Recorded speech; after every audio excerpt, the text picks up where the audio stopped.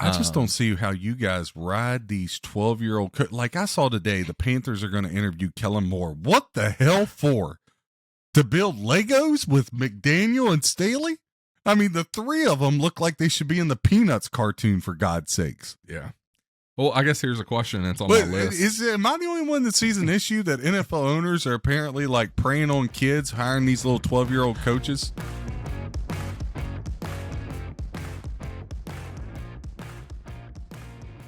On this episode of Bustin' Chops and Calling Shots, we give you a little NHL standings breakdown, talk some MLB news. Correa is headed back to the Twins after some physical issues. We break down the national championship game and the just absolute beat down that Georgia gave TCU. Talk a little NFL news. Tua is out for the wild card game for the Dolphins. McVey may be on his way out of the Rams. And is Sean Peyton headed to the Broncos? We give you a full breakdown of all the NFL playoff games for the weekend, and John gives you some tips in his betting corner.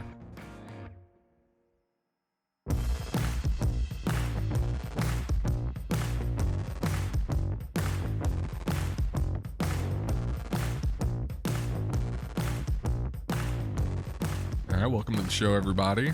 I got over the COVID, so now I'm back. John Boy, how's your week been? It's been good. Obviously, there was a practice scrimmage set Monday night that brought us in 5 units thanks to those Georgia Bulldogs. And I believe if we roll back the beautiful bean footage, I said this was going to be an absolute blowout. Yep, you did. They could get blown out. And you said, no. So then I end up giving one of the units back because I was like, I was shocked when you did that too. I'll take TCU plus 15. Well, because you and a bunch of the players talked me into it. Hey, should we hedge? All right, here's the rule. Here's when you hedge. I didn't text you at all about it, though. Here's the only time you hedge. When you have a ticket that can win you like $8,000 and you hedge to make like $4,000 either way. That's when you hedge. All right. So, but anyway, that's why you guys let me do the handicapping and y'all do the listening. All right. Yeah. I was shocked when you sent me the text and you were like, we're going to do TCU. I was like, ooh, okay. Huh? Were you really shocked? Did you hear Kirby Smart? Yeah. So speech? I told you a little earlier, the moment I knew there was a problem is when they were interviewing Kirby before the game and he was talking about aggression and they were going to go hunt. And I was like, we're fucked. Like, that's not going to go well. Yeah. But it was very impassioned. I believe there were terms said that, do we want to make this episode explicit? But I think I already did. So the funniest thing was when he was, what did he say? It was like, if I was a player, when he said, when I had the interview with Fox, I wanted to get my ass out there on the field and play myself. Like he was getting all fired up. Like it was crazy. Yeah. As soon as he gave those lines before the game, I knew Georgia was coming out pissed. He was pissed. And the last thing you want's an angry Georgia. And we talked about for TCU to be able to be competitive in this game at all, they had to be perfect, and they turned the ball over 3 times. Well, and the tight ends, right? Yep. Bowers has to come back for another year, but look, they were, they had no answer for him. They were just absolutely incredible with everything they did. And then Stetson Bennett, right? Stetson Bennett the fourth, as my stepmom likes to call him. She's a huge Stetson Bennett fan. Not really. She's a Buckeye fan, but, he now has placed himself as a top 5 college quarterback of all time. Yeah. He played a hell of a game. For what he's did in back-to-back national champions. And look, they're an overtime toss from Tua to Devontae Smith away from 3 of these in 4 years, 5 years, something like this. Mm-hmm. So Kirby Smart in 7 years, 3 appearances in the national championship game, back-to-back titles. Georgia. Now, I did think it was interesting. David Pollack on the set with Nick Saban saying Georgia was the king, and Nick Saban looked like he wanted to chew nails and spit them like a 44 revolver at David Pollack's head. Did you guys see that? Yeah. Saban you could tell he was visibly upset he was not playing in that game. So, but hey, look, that Georgia's quarterback next year, the young kid Beck, he came in and slung it. So I mean, yeah, I think at that point, like, you don't need to throw the football anymore. Maybe just screw it. Get the kids some reps. Look, I'm a big believer in if you don't, people say, "Oh, Georgia was run up score." Look, you don't like it, stop them. Yeah. You don't like it, stop them. These Right? guys, these backups they've been sitting on the bench all year, like waiting for their chance. Yeah, man, they've been They in wanna get out there. practice. Don't you think they want to get out there and play? I mean, they want to get out there and play next year. Yeah. I mean, they're gonna be just fine. Yeah. Now I will tell you, I'm extremely upset because these way too early top 25 rankings come out, right? And I just do not understand. I haven't looked at it. I need to look. I don't get it. Everybody has Ohio State. Now, Georgia being number one, I'm totally on board with that. I get that. Now, I didn't have them there. But, we'll go through mine in a second. I want to get you guys' thoughts on mine. I need to pull this up. I haven't looked at the. Yeah, the so too early. they got Ohio State 3, and I do not, for the life of me, understand the infatuation. I don't get it. I don't get the infatuation at all. But AJ, do we have a little background music, like a little Raiders music or some kind of light little football music as I go through the list? Something, Oh yeah, kind of set the mood, the football mood as I roll through. The football mood. John Coles busting chops and calling shots way too early, but will be righter than anybody's top 25. Oh, so you're going to give us yours? Oh, yeah. Okay. I put in all the work, and this just wasn't me spitballing. I put in the work. Now, look, from 18 to 25, you kind of got to play around a little bit. You know what I mean? Mm-hmm. But we're going to roll through these because I think I got it right, and all these so-called experts that can't pick a winner with tomorrow's newspaper got it wrong. Do we have my music ready? It's playing. You can't hear it, but it's playing. It's playing. God, Okay. he's so needy. So number 25, Coastal Carolina, right? They got Grayson McCall coming back at quarterback. He's going to be a top 10 pick. I know they slid off, but I like them. I got UCLA at 24th. Chip Kelly doing a great job. I realize they lose DTR, but they got the highest recruit, the 5-star quarterback coming in, number 2 quarterback in ESPN's top. So I like that. 23, I got TCU, right? Sonny Dykes. He's going to have that program top 25 every year. Now, but look, you're losing Duggan, you're losing Thompson, the wide receiver. Like, let's be realistic, okay? 22. This is a team they have ranked in the top 10 last year, but they were all freshmen. Texas A&M. I think Texas A&M makes a big comeback. I got them 22, but look, I'm not going to be surprised if they roll around. They're hanging around 10, 11, 12 by the time they got the talent. They have the talent. It's if Jimbo can get them playing, and they got to figure out quarterback. Number 21 is my sleeper. Number 21 is my sleeper to even be in the discussion for the college football playoff because it just looked different when I watched them in their bowl game. Wisconsin. Yeah, they looked way different. Look, Luke Fickell, if he's going to come in the Big Ten and get a quarterback and slings it all over the yard, because you guys know Big Ten, run the ball, defense.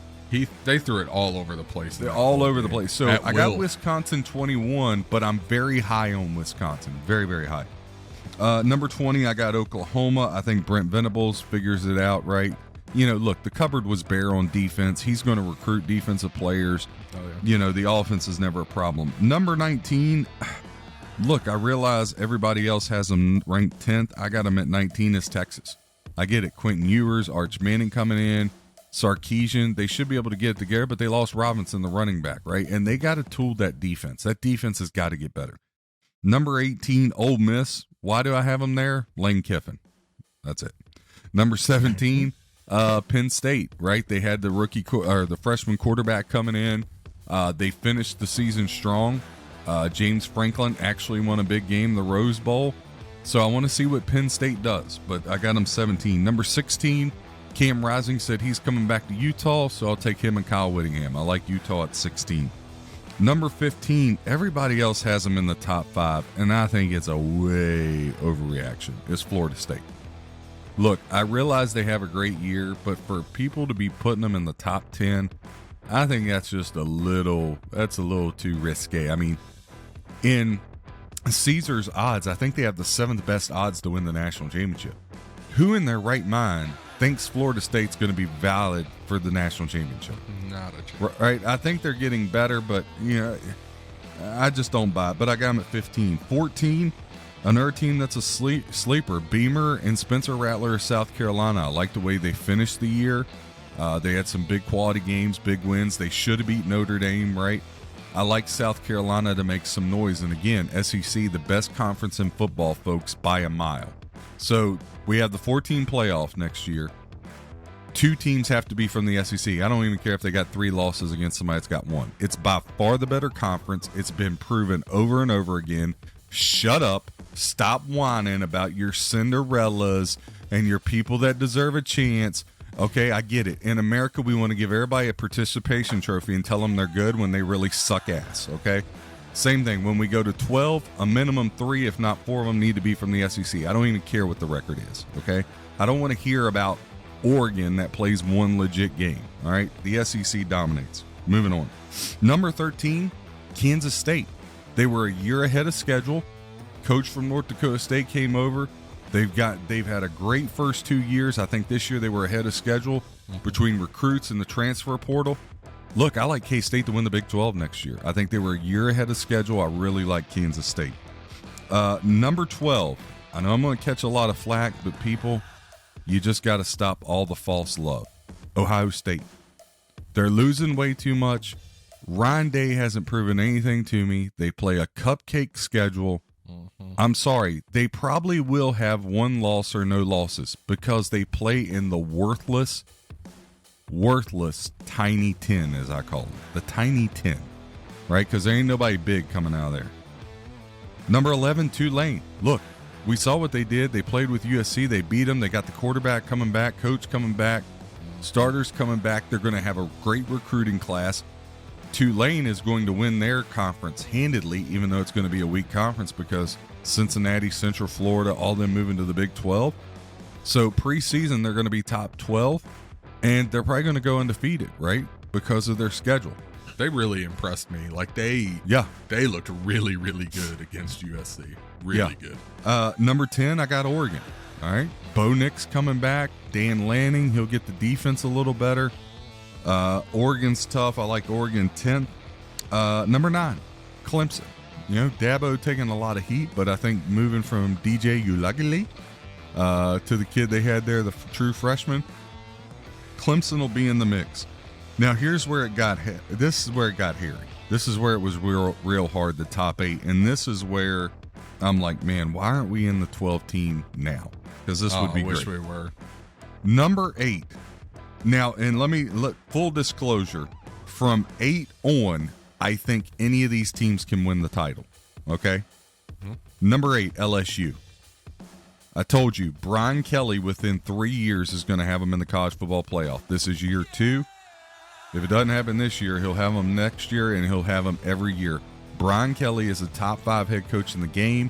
Daniels is coming back. And look, let's be honest. If you take that horrible beat against Florida State out of the equation, I mean, LSU's right there. They probably get in, right? So, number 7, Notre Dame. Sam Hartman coming in. The thing Notre Dame is desperate for is a quarterback. Now, they got the quarterback. Now, here's the next problem. They need a skill receiver, either recruit-wise or in the transfer portal. They got to get one. And then the next thing, Marcus Freeman can't start slow. They got to come out of the gates. They got too tough of a schedule. He can't be screwing around. Okay, I like how he rebounded this year. I like that they won the bowl game, but Notre Dame, he can't start slow. Hartman's a game changer for Notre Dame. He really is. If they can pick up a wide receiver, which I think Hartman coming to Notre Dame, they're going to get some play in the transfer portal. There's going to be some people there that want to go. Best quarterback they've had since Rick Meyer. That shows you how old I am. Number 6, the team that I think has the Heisman Trophy winner this year, Michael Penix Jr. To see what the Washington Huskies did in a first-year coach with Penix in his first year, now you give him a second year in the system. I really, really liked Washington at 6. They're going to make some noise. Number 5, Old St. Nick. All right, the thing they got to figure out, the quarterback. As of right now, nobody knows who the starter is going to be. Outside of the quarterback, Alabama is going to have probably the most talented roster in football. Talent, not best, but talented. So Alabama top 5. Number 4, I had these flip-flop, but I'm going to I had these a different way in my actual poll, but I'm flip-flopping them now because of the Jim Harbaugh news. Only because of the Harbaugh news. I had Michigan at 3. I'm moving them back to 4. Okay? But I think they're a legit team. Look, I know I call them the Little 10, but I like McCarthy. I love Harbaugh. I love what he's building there at Michigan, but I got them at 4. Number 3, I know. I should probably have them higher, but I got Georgia. Okay? Even though Beck came in and slung it, they're going to lose more starters to the NFL draft, but Kirby Smart's going to have them every year. He has cemented himself as the second best college football coach in the country behind Nick Saban, and he's closing in on him, right? He ain't there yet, but he's closing in.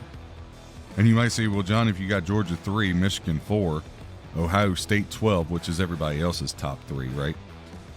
Number 2, USC, right? Look, Caleb Williams, you got the Heisman Trophy winner coming back. They can sling it all over the yard. Look at what they did in 1 year just with the transfer portal. I think they'll get the defense right. The big game for them is going to be Notre Dame, and they got to go to Eugene. So they have a very tough schedule, but I just like them coming out of the gates. Okay, if you want to say, John, how could you put USC ahead of Georgia? Whatever, I'll put Georgia 2, USC 3, if that makes y'all feel better. Tomato. For USC next year, they have to go to Notre Dame to play as well, right? Yes, USC there. But if USC navigates through that schedule, it's the toughest schedule of any of the big teams other than the SEC. So, in number 1, call me nuts. I'm sorry, they should have been there anyway. The Tennessee Volunteers in the name of AJ. Yep. Look, Joe Milton, Hayden Hooker.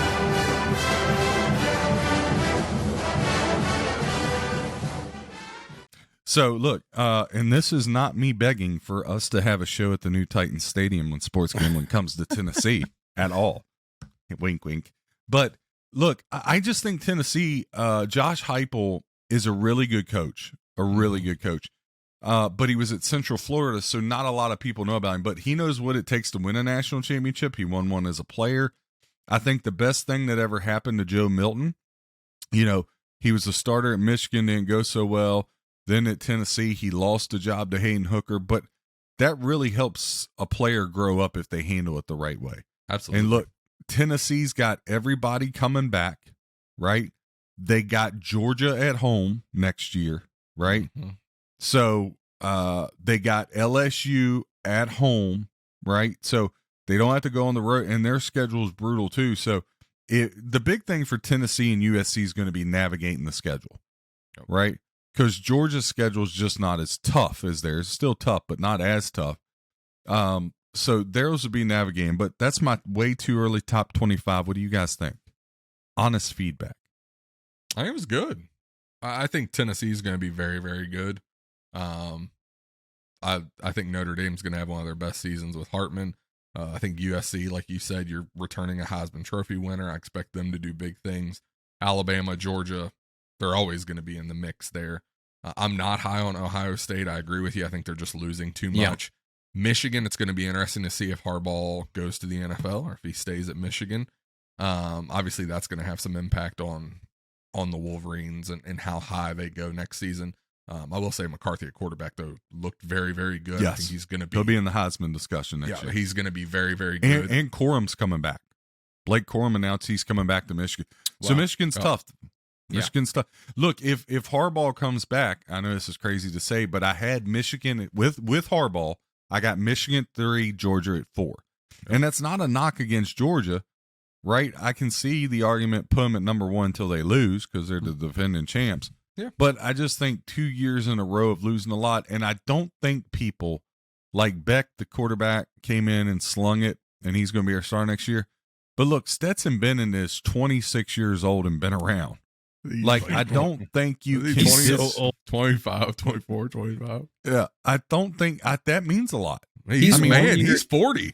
He's like 1 year younger than Joe Burrow, I think, or like 6 months younger than Joe. It's like whatever it is. It's insane. He's only 2 years younger than Mahomes. I think Mahomes is the oldest out of that group of Allen, Burrow, and them, and he's only 2 years younger than Mahomes. So. Yeah, so when you look at experience, that means something, right? And a guy that has just look, he played horrible in the first half of that Ohio State game, and then the second half, especially the fourth quarter, that's just really hard to replace, right? The defense will be just as good, even though they're going to lose Carter, who I think's the first defensive player off the board.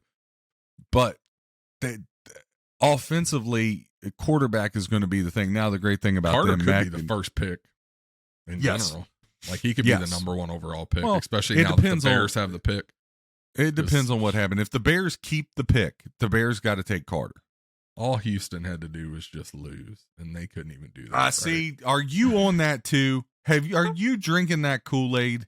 I mean, your season's already been a dumpster fire. Wow. No, listen. You cannot go into a locker room of 52 guys that bust their tail every week and tell them we need to lose to get a better draft pick. Yeah. You can't. I've heard everybody on ESPN and Fox Sports and everybody else say, what an idiot. Lovie Smith, no wonder he got fired, blah, blah, blah, blah. I think it was just the goal. So listen, everybody talks about integrity, and now we don't want to have it? Yeah. And really, look, Peyton Manning ain't in the draft, kids. No, he's not. Yeah, there's no guarantee really either. No, the draft there is no guarantee. Yeah. No, it's gonna be a really good draft with a lot of good players. We're gonna break it down a lot in March and all that. The draft's actually in Kansas City. I feel like we need to go. Yeah, we're going.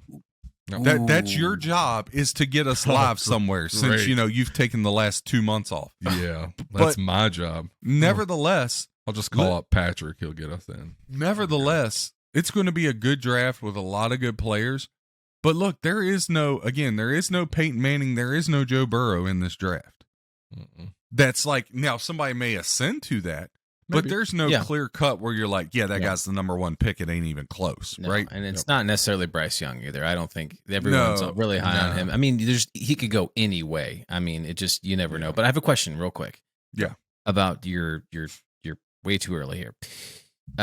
So is this what you're saying the rankings should be at the start of the season, or at the end of the season? This is what they will all shake out to be. No, it is what it should start the season as. Okay, that makes sense to me. I think you hit it pretty high. But South Carolina, I think, is going to do really great next year. As much as I hate to say back too. But I could see them being ranked 14th, right? Like, that makes sense to me. But like, I could see them outperforming that. Alabama, I could see them outperforming number 5, but being ranked in that range. Washington, I think you're a little high on Washington. Seems like you've been all season. I love Michael Penix. They're good. So, but I think you're pretty spot on though, and especially with the number 1 slot, right? Yeah, I mean, of course, AJ going to love the number 1 spot. I get it. And when I was making this, when I was going through and doing it and breaking it down, I was like, I got down to the last 5 teams, right? Because the top 5 to me, again, folks, these people putting Ohio State and Florida State, like, I don't know what kind of weed you're smoking, but it must be some good stuff from ganja, okay? Tennessee, USC, Michigan, Georgia, Alabama. Put them whatever order you want to. That's the top 5. Sure. How you consider anybody outside those top 5, you know nothing about college football. You're just putting Ohio State there because you feel like, we put them there every year. And guess what they did every year? They disappoint every year, right on schedule. Okay? Just like the Dallas Cowboys, disappoint right on schedule. Yeah. So why do we keep putting them there? What have they done to prove they're a great team? Because they sneak by Rutgers? Because they sneak by Penn State every year, that when Penn State has them by the throat every year and lets them off the hook? Because they blow out Minnesota? Ooh. Ohio State's garbage. Overrated. I wish they are who we thought they were, and we let them off the hook. Absolutely. Don't you do it again this year, James Franklin. I wish they were going to 12 teams this year. Like, it would be great. It'd be fantastic. Like, wow, wait. And look, I get the excitement about Florida State. I say this, college football, like, thank God Lincoln Riley went to USC.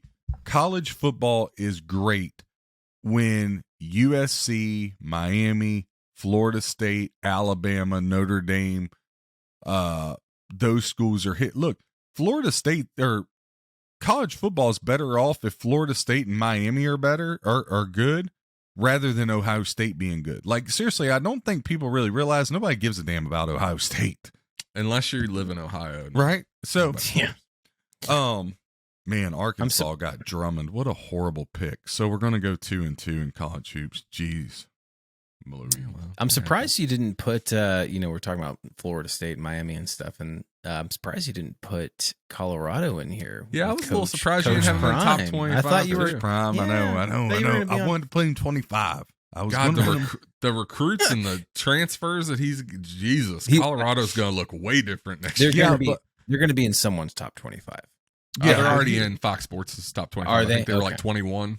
Yeah. Well, here's the thing about Coach Prime. And look, I think they can make noise, but the reality is, we've ragged on the Pac-12 for years, but look, USC, Oregon, Washington, Utah, like the Pac-12s came alive in the last 2 years. They right? have. And look, there's some other good teams. Like Oregon State's not going to be as good, but if you got to go to Oregon State, that's a tough ask. Yeah.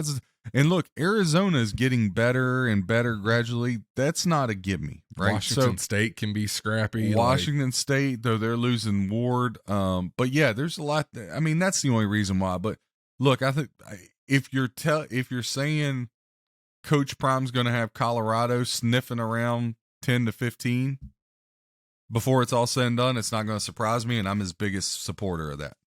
Yeah. So. All right, with that, let's jump into a little hockey. We haven't done any hockey talk for a while, so let's kind of look at the standings here. It's a bloodbath. What the standings look like today. If the playoffs were to start today, who'd have the wild card spot? So let's just go through this real quick. Give our hockey listeners a little information. So at the top of the Atlantic in the Eastern Conference, the Boston Bruins are just bludgeoning everyone. They are 32-4. God, they're having a hell of a start to their season. And then Toronto, we talk about them consistently being good. The Maple Leafs looking good, 25-9. And then Tampa Bay is third in the Atlantic at 25 wins, 13 losses right now. They're doing what Tampa Bay does, hanging around.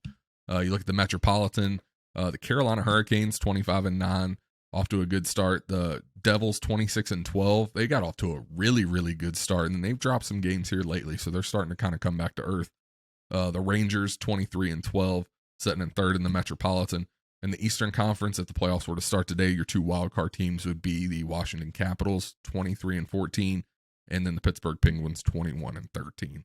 I think both of these teams have underperformed where I thought they would be this year. The Penguins, God, they went on a streak of just horrible losses there too. So both of these teams, I expect hopefully to get it together in the second half of the season. But if this were playoffs were to start today, that's kind of what it would look like. Jump over to the Western Conference. Not as many runaways here, obviously. You have Dallas in the Central, 25-11. Winnipeg, 26-14, and then the Minnesota Wild, 22-14. A little closer together than over in the Eastern Conference. John, your Vegas Knights, 27-13 in the Pacific. The Kings, 24-14, and then the Kraken, 24-12. You'll refer to them as the Seattle Crackheads, please. I'm not going to do that. And then your wild card teams from the Western Conference as the playoffs start today. Calgary Flames, 19-14. And then the Edmonton Oilers, 21-18. The Blues also 21-18 right there, kind of nipping at that wild card spot.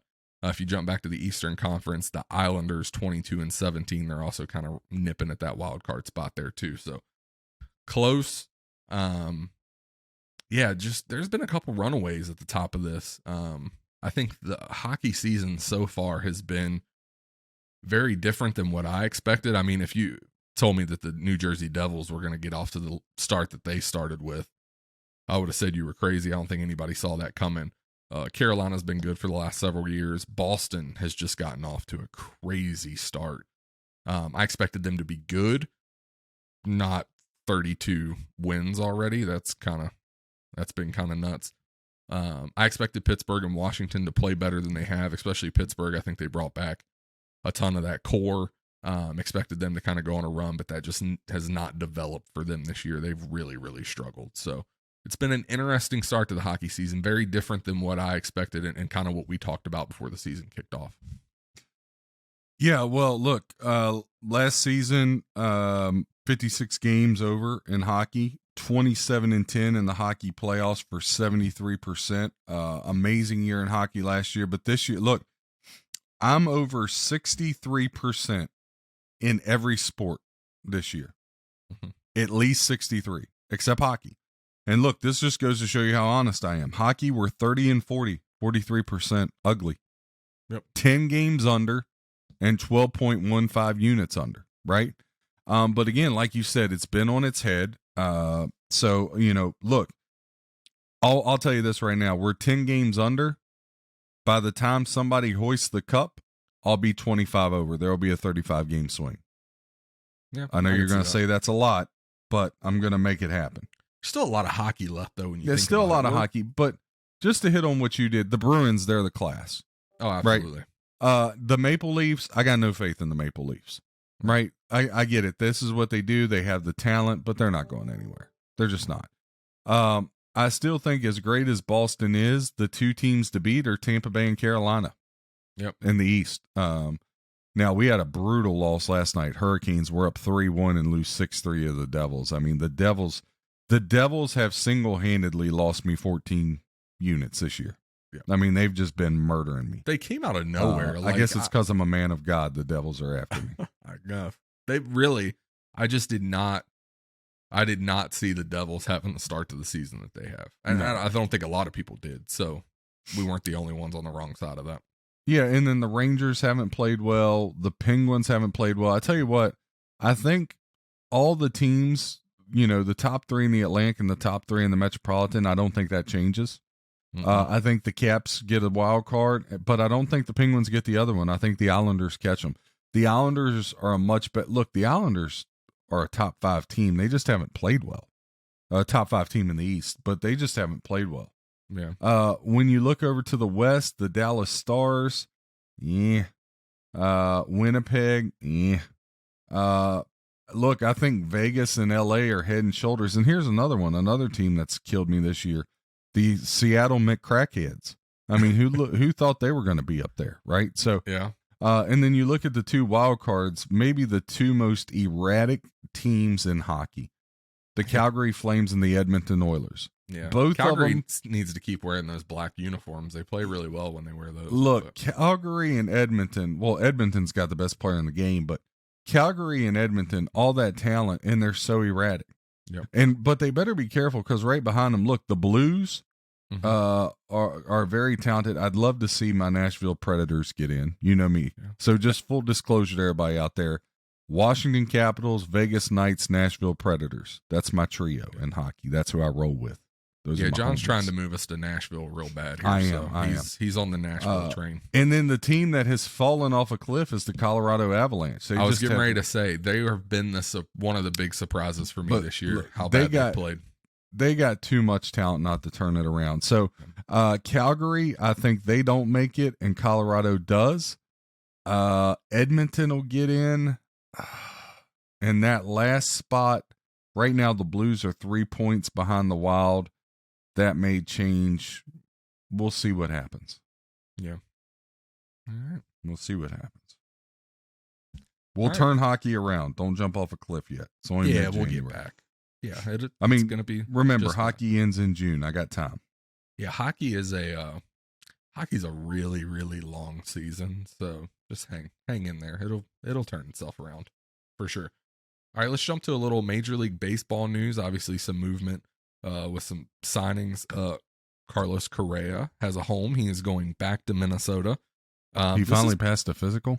Yeah, so this has been an interesting one. So I'm going to go through the timeline of this. So well, hold on. I'm just glad his batting average is better than his physical passing average. Yeah, it's not geez good. Louise. So on Very November good. 7th, he opts out of his deal with the Twins. On December 13th, he agrees to a 13-year, $350 million contract with the Giants. They find something in the physical that they weren't comfortable with. On December 21st, he agrees to a 12-year, $315 million contract with the Mets. They find something in the physical that they weren't comfortable with.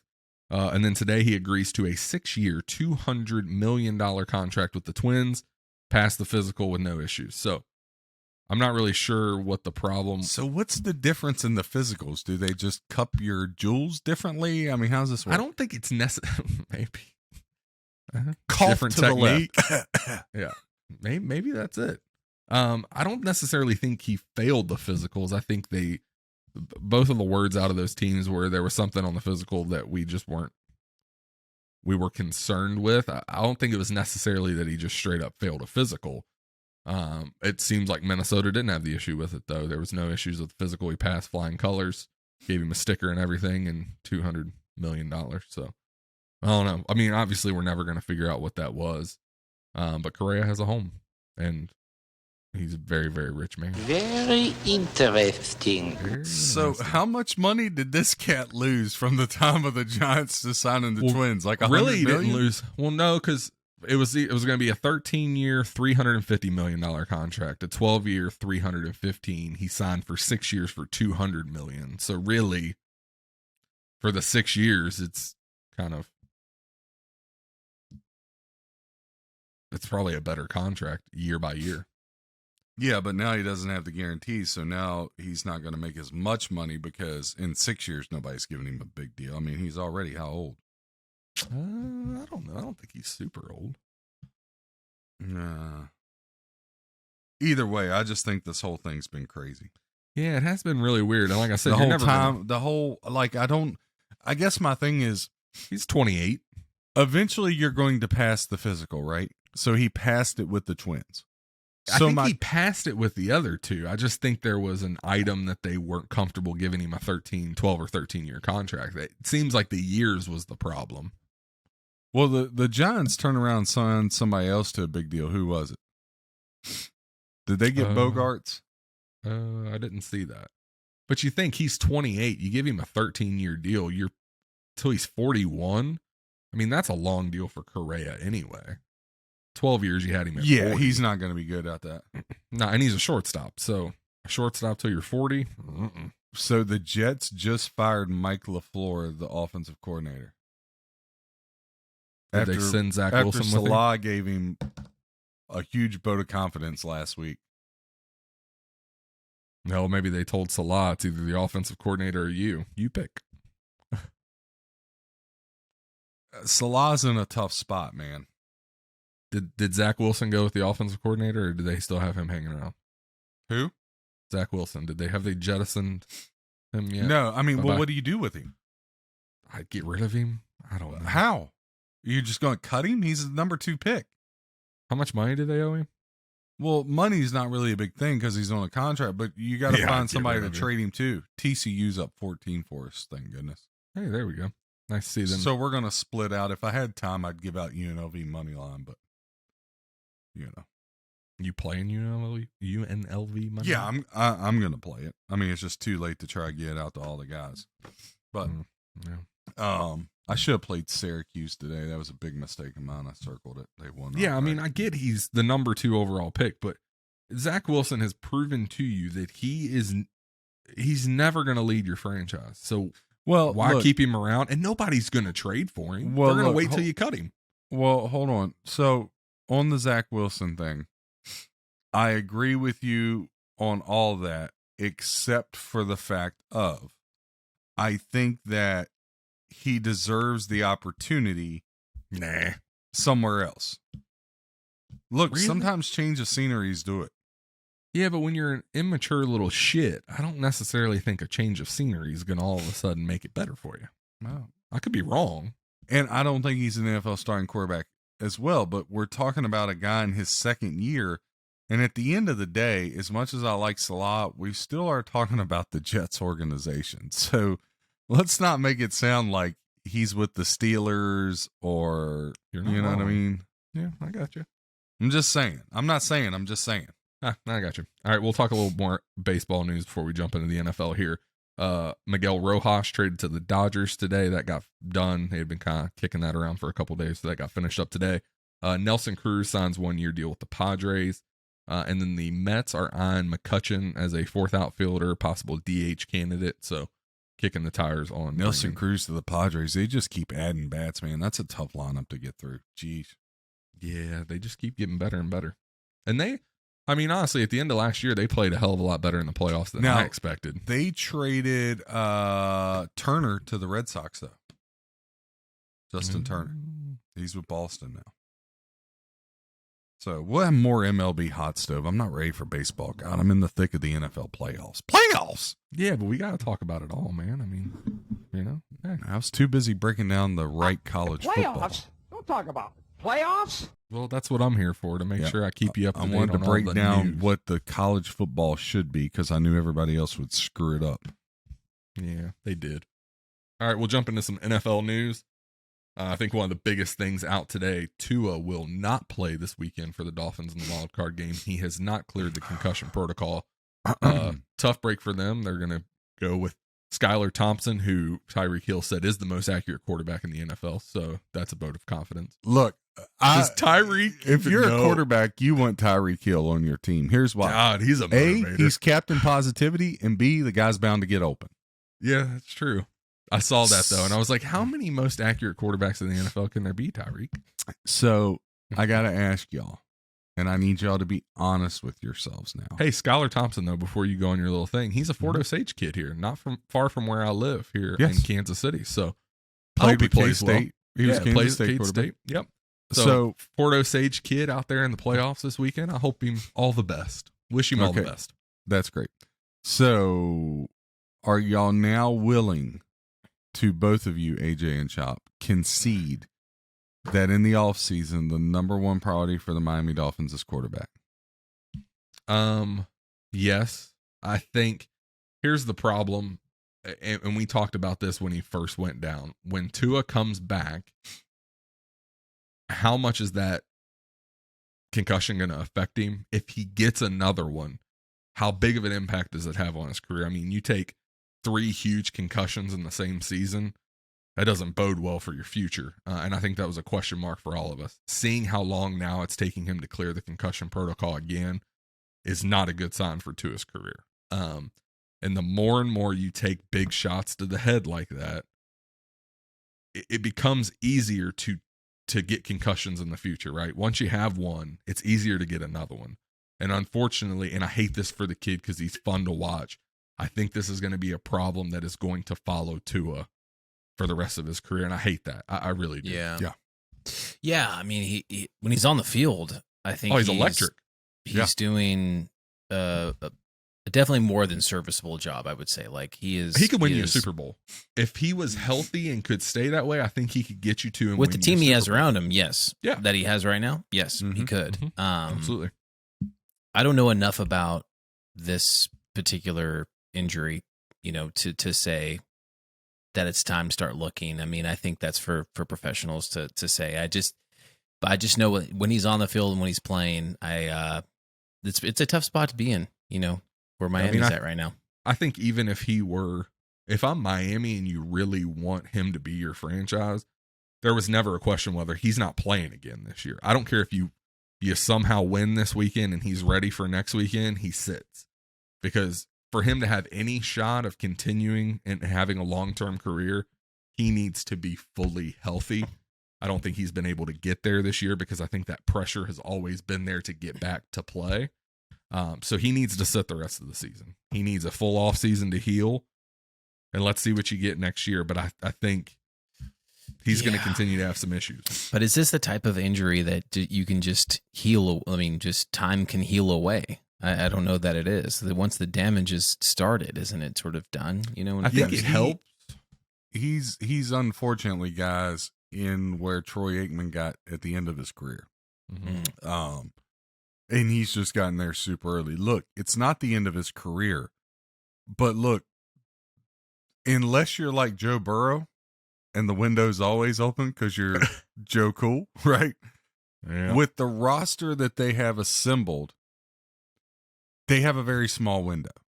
They got a 3-year, maybe 4-year window. Yeah, they do. So they can't, and at this point, Tua is never going, you can't look at yourself and say, Tua can play all 17 games and 3 to 4 playoff games and not miss one. Like, that's just unreal. Like, you're lying to yourself. That's going to be hard. You're lying to yourself. So they got a couple options, right? An option would be the free agent market. And do you start Tua and try to get somebody like a Baker or trade for a Derek Carr and they're just waiting in the wings? Or You know, I'm so tired of hearing about these quarterbacks going to teams. It's just like it's so exhausting. well, you know, and that- with I don't with think guys Baker's like going anywhere. I think he's with going to stay in LA. Baker and Derek Carr. This tier of quarterback. It's just like, what are we gonna do? We're just gonna like Baker charade these problem people with it- around forever. Yeah, the problem with Baker it has to leave. Hold on, just stop you. Baker has to leave now. The Rams have released him because Matt Stafford says he's coming back regardless of what happens with McVay. Did they release him already? Yeah. So, and he, okay. because Mayfield said he could be so yeah. You're right, AJ. But that just goes to show if you don't have the quarterback, you ain't got nothing. Exactly. And we talk about it on this show. There is only a handful of elite level quarterbacks in this league. Mm-hmm. If you're not one of those 4 or 5 guys, Look, guys. Look in the AFC. I mean, there might be an upset or two, but it's either going to be the Chiefs, Bills, or Bengals get to the Super Bowl. Why? That's the 3 best quarterbacks in football. Like, they're not all going to go down. Mm-mm. And in the NFC, I get it. There's some real cute, sexy teams. But I'm sorry, you guys are going to beat me up. But the scariest team is Tampa Bay because they got the best quarterback, and it's not even close, guys. buddy, they're not the scariest team. When you have the best Tom quarterback, Brady may be the scariest quarterback, Listen, but they're not the scariest team. But listen, tell me a playoff where it doesn't come down to the quarterback making plays and making throws. And look, I think San Francisco gets there. Yeah. But there is a big voice in my head, right? Just like the one that said Georgia was going to roll. You still have a 12-year-old in Brock Purdy who I like. Yeah. But playing regular season game, and he's probably going to look great against Seattle because Seattle shouldn't even be in the playoffs anyway. But once you get past that, like, it's just a different animal. Yeah. It's a much like I respect Brian Daboll saying, well, the playoffs aren't any different. It's how you prepare. Experience has nothing to do with it. I beg to differ. Yeah. I beg to differ. I mean, he's got Daboll. to say that. First year head coach, he's trying to rally you got the troops. Daniel Jones, you got to say whatever you got to say. Yeah. But You got to tell Daniel he's pretty and he's really good. I'm just saying. So, like, when we break down the NFC, right? Mm-hmm. And this is about the quarterback situation, then we'll go back to Miami and then come back to playoffs. But just since we're on this, Geno Smith, Brock Purdy, Kirk Cousins, Daniel Jones, Dak Prescott, Jalen Hurts, Tom Brady. Who do you want, guys? Yeah, I take Brady. Yeah. I'm just saying. Do I think they're the best team? Absolutely not. I think other than Seattle, they might be the worst. You said they're the scariest team. So you said 2 things, and only one of them is correct. That Tom Brady's the best quarterback, but Tampa Bay might not be the scariest team. So to Chop's point, I'm just saying. Yeah. But you have a point. Look at the AFC and the quarterback lineup they have over there. Yeah. It's just like Justin Herbert and Trevor Lawrence would be number 1 in the NFC right now. probably. And they're 4 and 5. Herbert would for sure. Yeah, the AFC is You hate on Trevor Lawrence, and I don't know why. Sunshine is the man. I don't hate on Trevor Lawrence. It's just You leave Thor alone. He's gonna have to show me more. I mean, do I think he's gonna be very good? Yes. Do I think he's one of the top 5 best quarterbacks in football right now? No. Hell Can he no. be there? Yes, but he's not there right now, John. If Jacksonville upsets, the Chargers are favored on the road at Jacksonville. If they beat the Chargers, does that give you more? Do you feel better about him?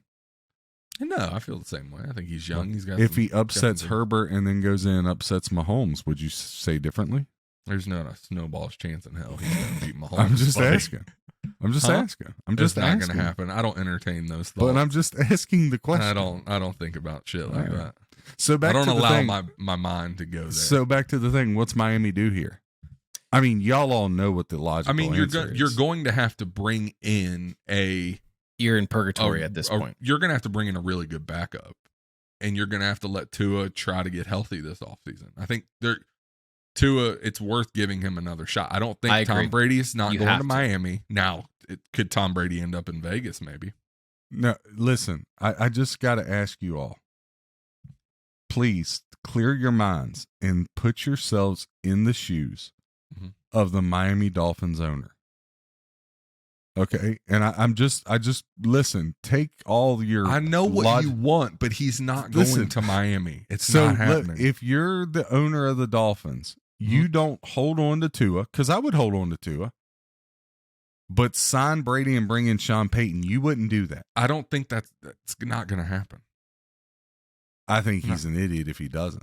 Well, I think at this point, I can't see McDaniel to your. I don't to understand the love of why he's like some guru to you guys. No, and what the I'm whole saying world. is no. Listen, what I'm saying is at this point, if your prophecy is not correct, it probably won't be.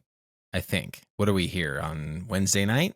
Yeah. McDaniel's still there, and you were asking us if we thought he was going to be gone, and we were very adamant that he wouldn't be. But if he gets rolled by Buffalo, it gives the ownership.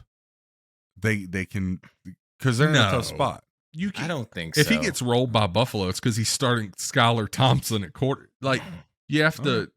I think with what the Dolphins have had to deal with Tua's injuries this year and what that looks like, I think he's safe, and he should be safe. Let me ask both of you two questions. Yep. Do y'all think that Miami Dolphins roster? Now take Skylar Thompson out of it, but do you think that Miami Dolphins roster is a Super Bowl roster, AJ? Yes. With a healthy Tua, Yep. yes, I do. Yes. Okay. Now, y'all both agree. Yep. Can both of y'all envision Mike McDaniel on the Super Bowl podium hoisting the Lombardi for coaching any team? Can you picture that? I can picture it simply Yeah. because Absolutely. I think it would be super funny. Oh, it'd be hilarious. He would I say think something if so Tua- off kilter. I give up with so if Tua can stay healthy, I think Miami can get there and win it. I really do. I think their roster is I think good. you It's got built to to win. figure out a way to get him healthy and keep him around. Yeah. You have to. You don't want to be in this quarterback purgatory that other teams like some unsaid team in the AFC South finds himself in, where it's just Tennessee. like, geez, do we draft or And look, do we find Sean do we Payton's trade for somebody? going to take a job. Tom Brady is going to go on the move. Okay. It's just not going to be in Miami. All right. Let me ask you this then. Oh, here we go. Everybody's all on the Chargers. If they lose, do you swoop in and pick up Sean Payton? Or do you let him go to the Rams in your same stadium or the Broncos in your same division? So I think for me, it's how the Chargers lose. If they get the doors blown off of them by the Jags, then it's not even a competitive game. I just don't see how you guys ride these 12-year-old. Like I saw today, the Panthers are going to interview Kellen Moore. What the hell for? To build Legos with McDaniel and Staley? I mean, the three of them look like they should be in the Peanuts cartoon, for God's sakes. Yeah. Well, I guess here's a question that's on my But list. am I the only one that sees an issue that NFL owners are apparently like preying on kids, hiring these little 12-year-old coaches? No, I think that offense is what matters in the NFL and some of these young offensive minds. I mean, look, hey, it worked for the Rams and McVey. Here's my question, though. McVey is letting his coaching staff seek jobs elsewhere. Is he done? Is he going to hang it up for a little while? McVay's I done. He's mean- going to Amazon. Go ahead, Look, AJ. Like Kyle Shanahan is not that old. Nah, he's not. He's a pretty young guy. I think him and McDaniel coached together. Yeah. But he's like- been proven for years. Washington, Atlanta. What is Mike McDaniel? Mike McDaniel McDaniel just got you to the get paid playoffs with year. a backup. Why don't you give him some time and let him? He prove just himself? got you. Look, he just got there. He just got you to the playoffs Because with a backup Peyton, quarterback. because Sean Payton and Jim Harbaugh are on the market. That's why I don't give a damn. Well, this is Okay. why you're not an NFL owner and you won't. Sean Payton to the Broncos, I think, is a perfect fit. By the way, Yeah, I don't know if Peyton's we're gonna going talk to the about that. Broncos. It has to be. Sean Payton's going to the Broncos. And you told me he was never going to Denver, but that's where he's going to end up. So I was right it's about perfect. another one. Yeah. Yeah, he's going to Denver. If he's even open to an interview, I think it's a done deal. They've already interviewed him. I know. That's what I'm saying. Like once that news broke, it's And over. if they for some reason do not get Peyton, which I think it is a lock, he's going to Denver, they're just going to sign Harbaugh. So the Denver Broncos head coach will either be Sean Payton or Harbaugh. That's it. It's done. One or the I don't other. think it's Sean Payton. 100% Sean Payton. No, because he's I a think- warm weather guy. No, but who gives a shit? In the summer, you can go hang out in the warm weather. Like that whole warm weather guy. Like he's going to have a house on the beach. What the hell does he? Doesn't matter. Sean Payton to the Rams. If McVay leaves, okay, that could be interesting. You Oh got yeah. Oh, now If you already McVay know. If leaves. he goes to Denver, it's a done deal. If they Nah, I still think he goes to Denver. All I right. do. since y'all both owe me like 6 bottles, and Oh my I finally God. I owe think I owe AJ you 1. 2. Do y'all want to make a wager on Sean Peyton? here? No, I'm not making any more wagers with you. Why not? Cause I've wagered enough. We still have playoff games to wager on. Let's save it. Sean I don't Peyton, just bet listen, all the Sean Peyton, the Rams, and I still don't think the Chargers is off the table. I don't think the Chargers. I think, listen. I don't think it's off the table. Listen, I'm going to say this, and people can call me an idiot, a buffoon, whatever. If the Chargers don't sign Sean Peyton here, it will take their franchise in a totally different direction. Because, I think you'll squander Herbert's career. yes, you will, because you're running out of time to where Keenan Allen is old, getting old. Yeah. Mike Williams is injury prone. Joey Bosa, Khalil Mack. I mean, how long They're are you all going to have injury that prone. roster? Yep. Right? So, Derwin James, and it's not their fault. The Chargers GM office, the Chargers front office, they do a great job drafting when you really look at it. They really do. But I'm just saying, like, this could take Herbert's career in 2 different directions.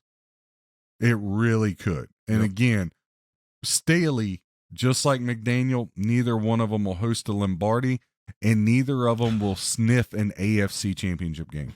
I think Book McDaniel's it. better than Staley. Book it. All right. It's like Georgia, a lock.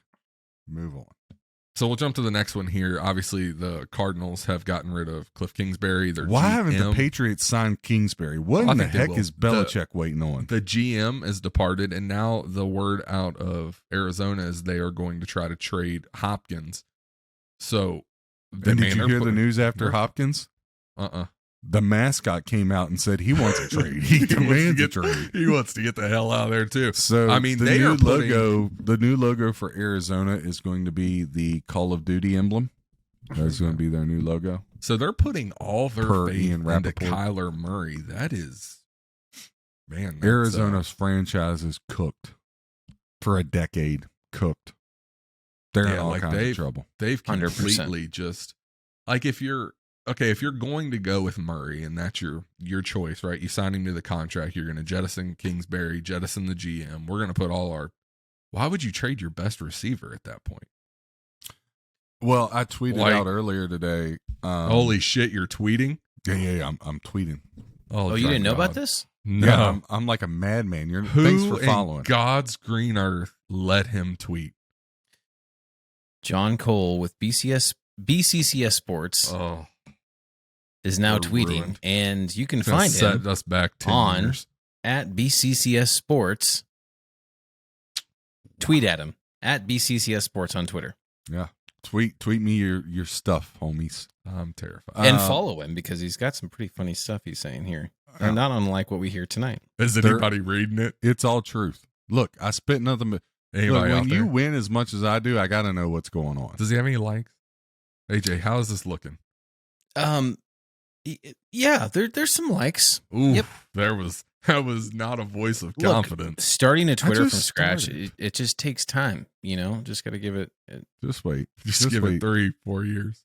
Listen, when people get a hold of me, they'll understand. They'll be like, this guy is the smartest guy about sports in history. And I'm not even bragging. I'm just letting everybody know that I'm just so thankful for the gift God's given me. And I'm being 100% truthful with that I have a brain about sports. It's a gift, seriously. Yep. I'm very All right. thankful and grateful for it. Just And remember, appreciative.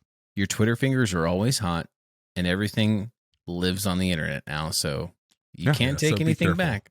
careful. Even more so than a podcast. Like Yeah, be careful. even if you That's try the love and of God. delete it, people will screenshot it. They'll No, find it. you know what? I watched a motivational thing from Herm Edwards, our buddy Herm. Oh, Herm. Oh, Yeah. good friend of the show. gotta Herm give Edwards. Herm on Good the friend show. of the show, Herm Edwards. I want Yeah. him on the Herm show. Will Yeah. somebody work that out, please? You play to win the game.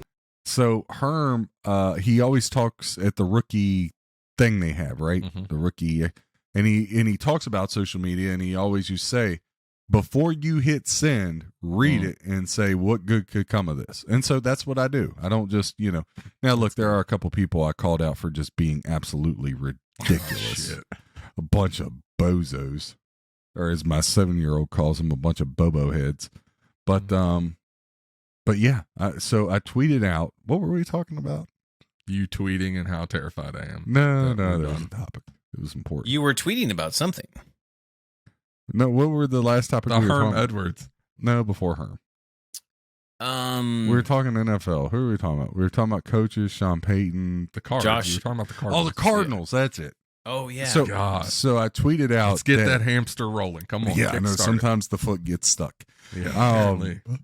So, yeah, the foot gets stuck in the wheel. It's a bad deal, It's a right? bad day. Same thing when I'm out to a date. Sometimes never mind. Anywho, so I tweeted out. I think that D Hopkins reuniting with Deshaun Watson in Cleveland. Look, Amari Cooper and D Hopkins. Yeah. I mean that group could massage their way into the playoffs, right? Something. I I don't think Deshaun's getting the same type of massage therapy in Cleveland. It's not going well Hey, for I him. tell you what, Watson started to get a little better as the year went on. You can't deny that. A little better is Look, the guy hadn't understatement played- of the look, year. I beat him In up 3 too, years, yeah. But the guy hadn't played in 3. Yeah, Well, so he let's- also decided he was going to sit out too, like a child. So look, D Hopkins to the Chargers, right? Yeah.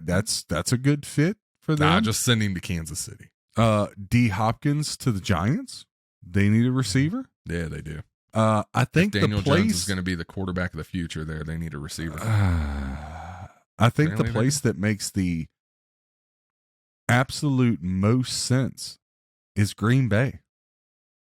If you think Rodgers is coming back, If you're Green Bay, you're bringing Rodgers back. Why would you not bring him back? no, I'm saying, does he want to come back? Does he want to ride off into $59 the million? sunset? I think so. Where's he going to go? Miami? Ooh. How much is it? Hey. Is he going to go to Miami? Is he going to go to the Jets? I think A he's lot of going teams to that would take him at this point. Look, if You you're mean that? if Yeah, I you're do. I think he ends up in Tennessee. If you're Tennessee, I was just getting ready to say Rodgers and Hopkins go all in. Mm-hmm. Hang on a second. Is this not just a rumor that I see on my Tennessee No, Titans like Twitter? I it's think legit. Whirlpool that I found? I think he could legitimately end up in Tennessee. Oh wow. Okay. I think he likes Tennessee- Tennessee. I think he spent some time there in the His offseason. brother It's lives a place he likes. Yeah, Yeah, his brother could has a see- house here. I could see him being in Tennessee. And Ooh.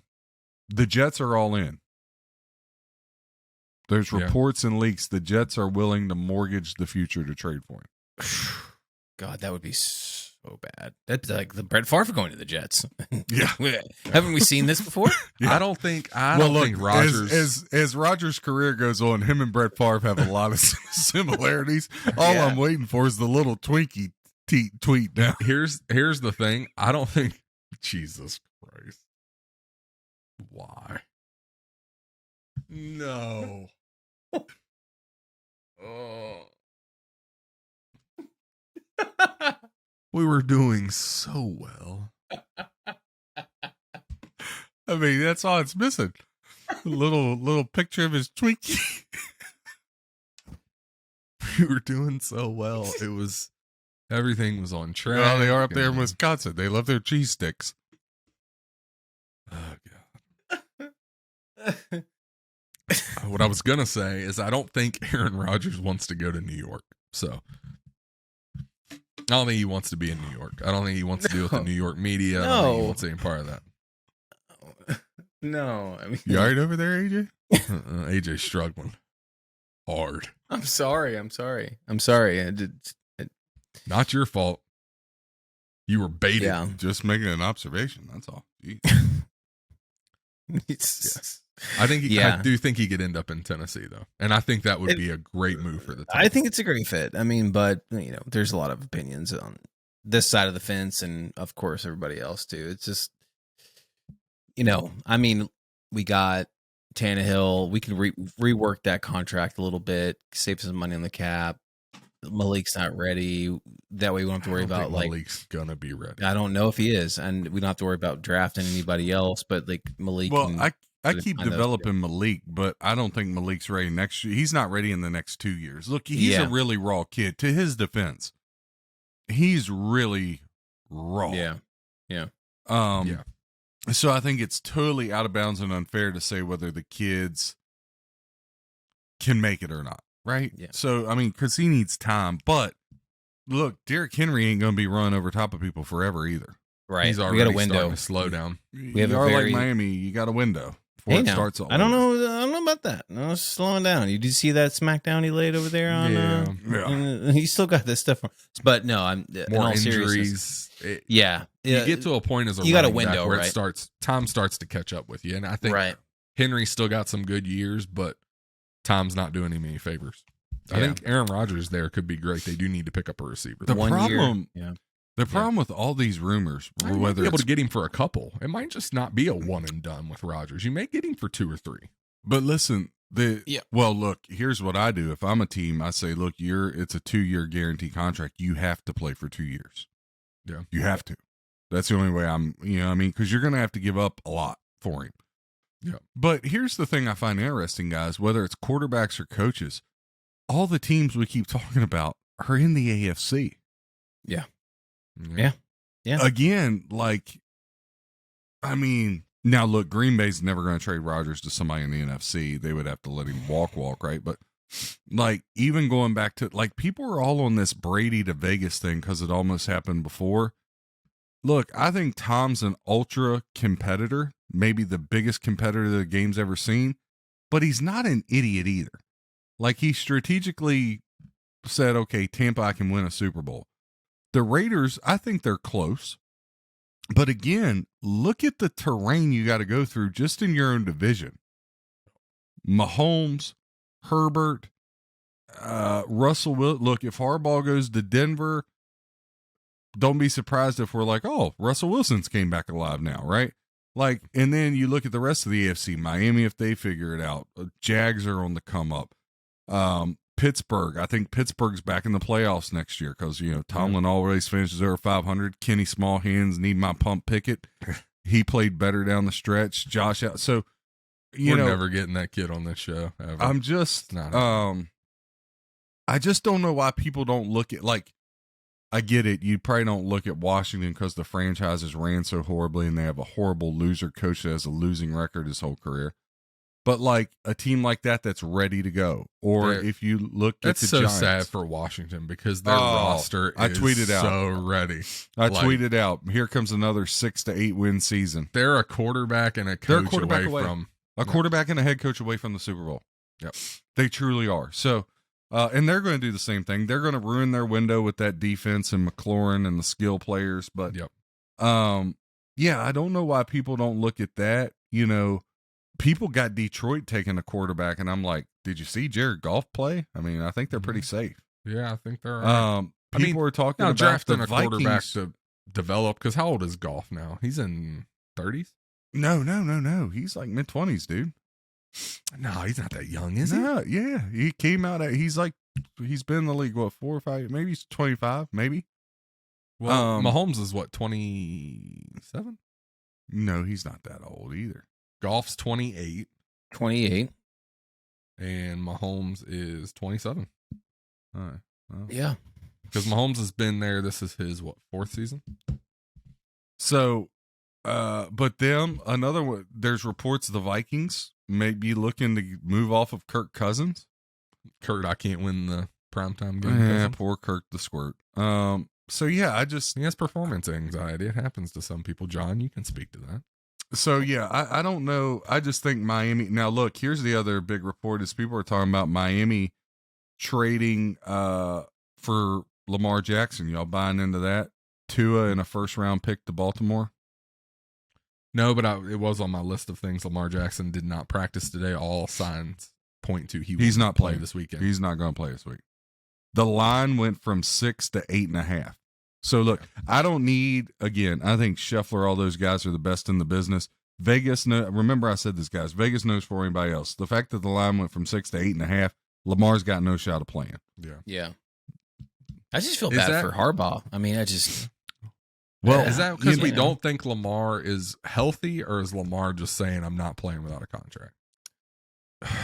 I don't think we're ever going to know the truth, but here's the thing. They signed Roquan Smith to that big deal, so now that all signs point to they're going to franchise him. So now they've backed Lamar into a corner of he's either going to play for the franchise tag or ask for the trade. We talked about this before the year started, that we thought one of the biggest mistakes Lamar could have made was to turn down that huge You need contract an they agent. offered him. You need Yep. an agent. Look, I respect. I think that's going all to that, come back to bite him because what happened, we talked about it before the season started. He had to have a season where he wasn't injured. He had some injury problems this year that bit him. And now is the team going to back up and pay him more than what the Ravens were offering at the beginning of this? I don't think so. I think he's going to end up taking less money. Look, again, now he's been very durable the first 3 years. These last 2, he's been hurt. But do you feel comfortable giving him that contract? No.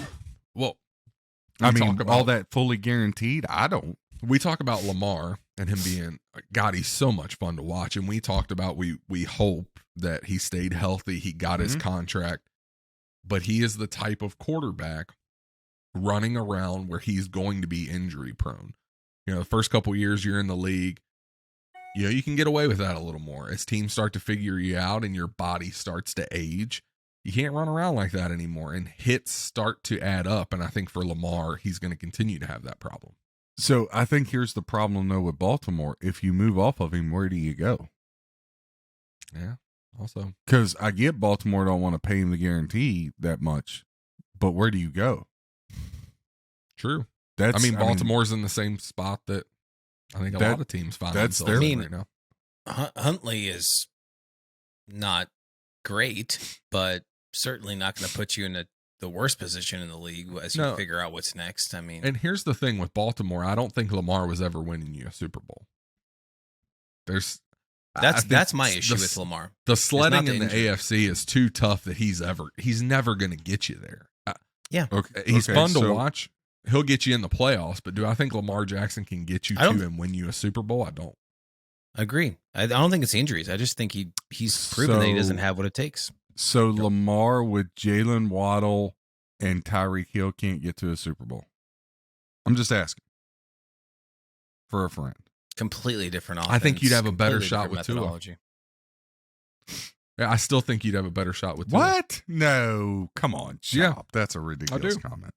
No, I 100% think a healthy Okay. Tua has a better chance of getting you to and winning you a Super Bowl than Lamar Jackson. All right. So let me ask you this, because you got to think about what makes sense, right? So what makes sense is Tua and a first-round pick, or Tua and Jalen Waddle to the Ravens because they have wide receiver issues for Lamar. I think that makes sense. I Not think for Miami, I'm not making that trade. Why not? I am. Nah, I don't want Lamar's better, way better. He's a league MVP, Chop. He's better than Tua. I mean, let's just be honest. I think your chances of winning a Super Bowl are better with Tua. Sorry. All right. I've I seen can't enough say out of something. Lamar. If I made a That- joke, no. it'd be way out of bounds. Anyway, all right. Yeah, let's keep the it. Colts keep it got together. the fourth. The Colts have the number 4 pick. So the number 4 pick and another first rounder and a second rounder for Lamar. Because the Colts are probably going to draft a quarterback at 4. Yeah. So now the Ravens can start all over. And the Colts are like the Redskins.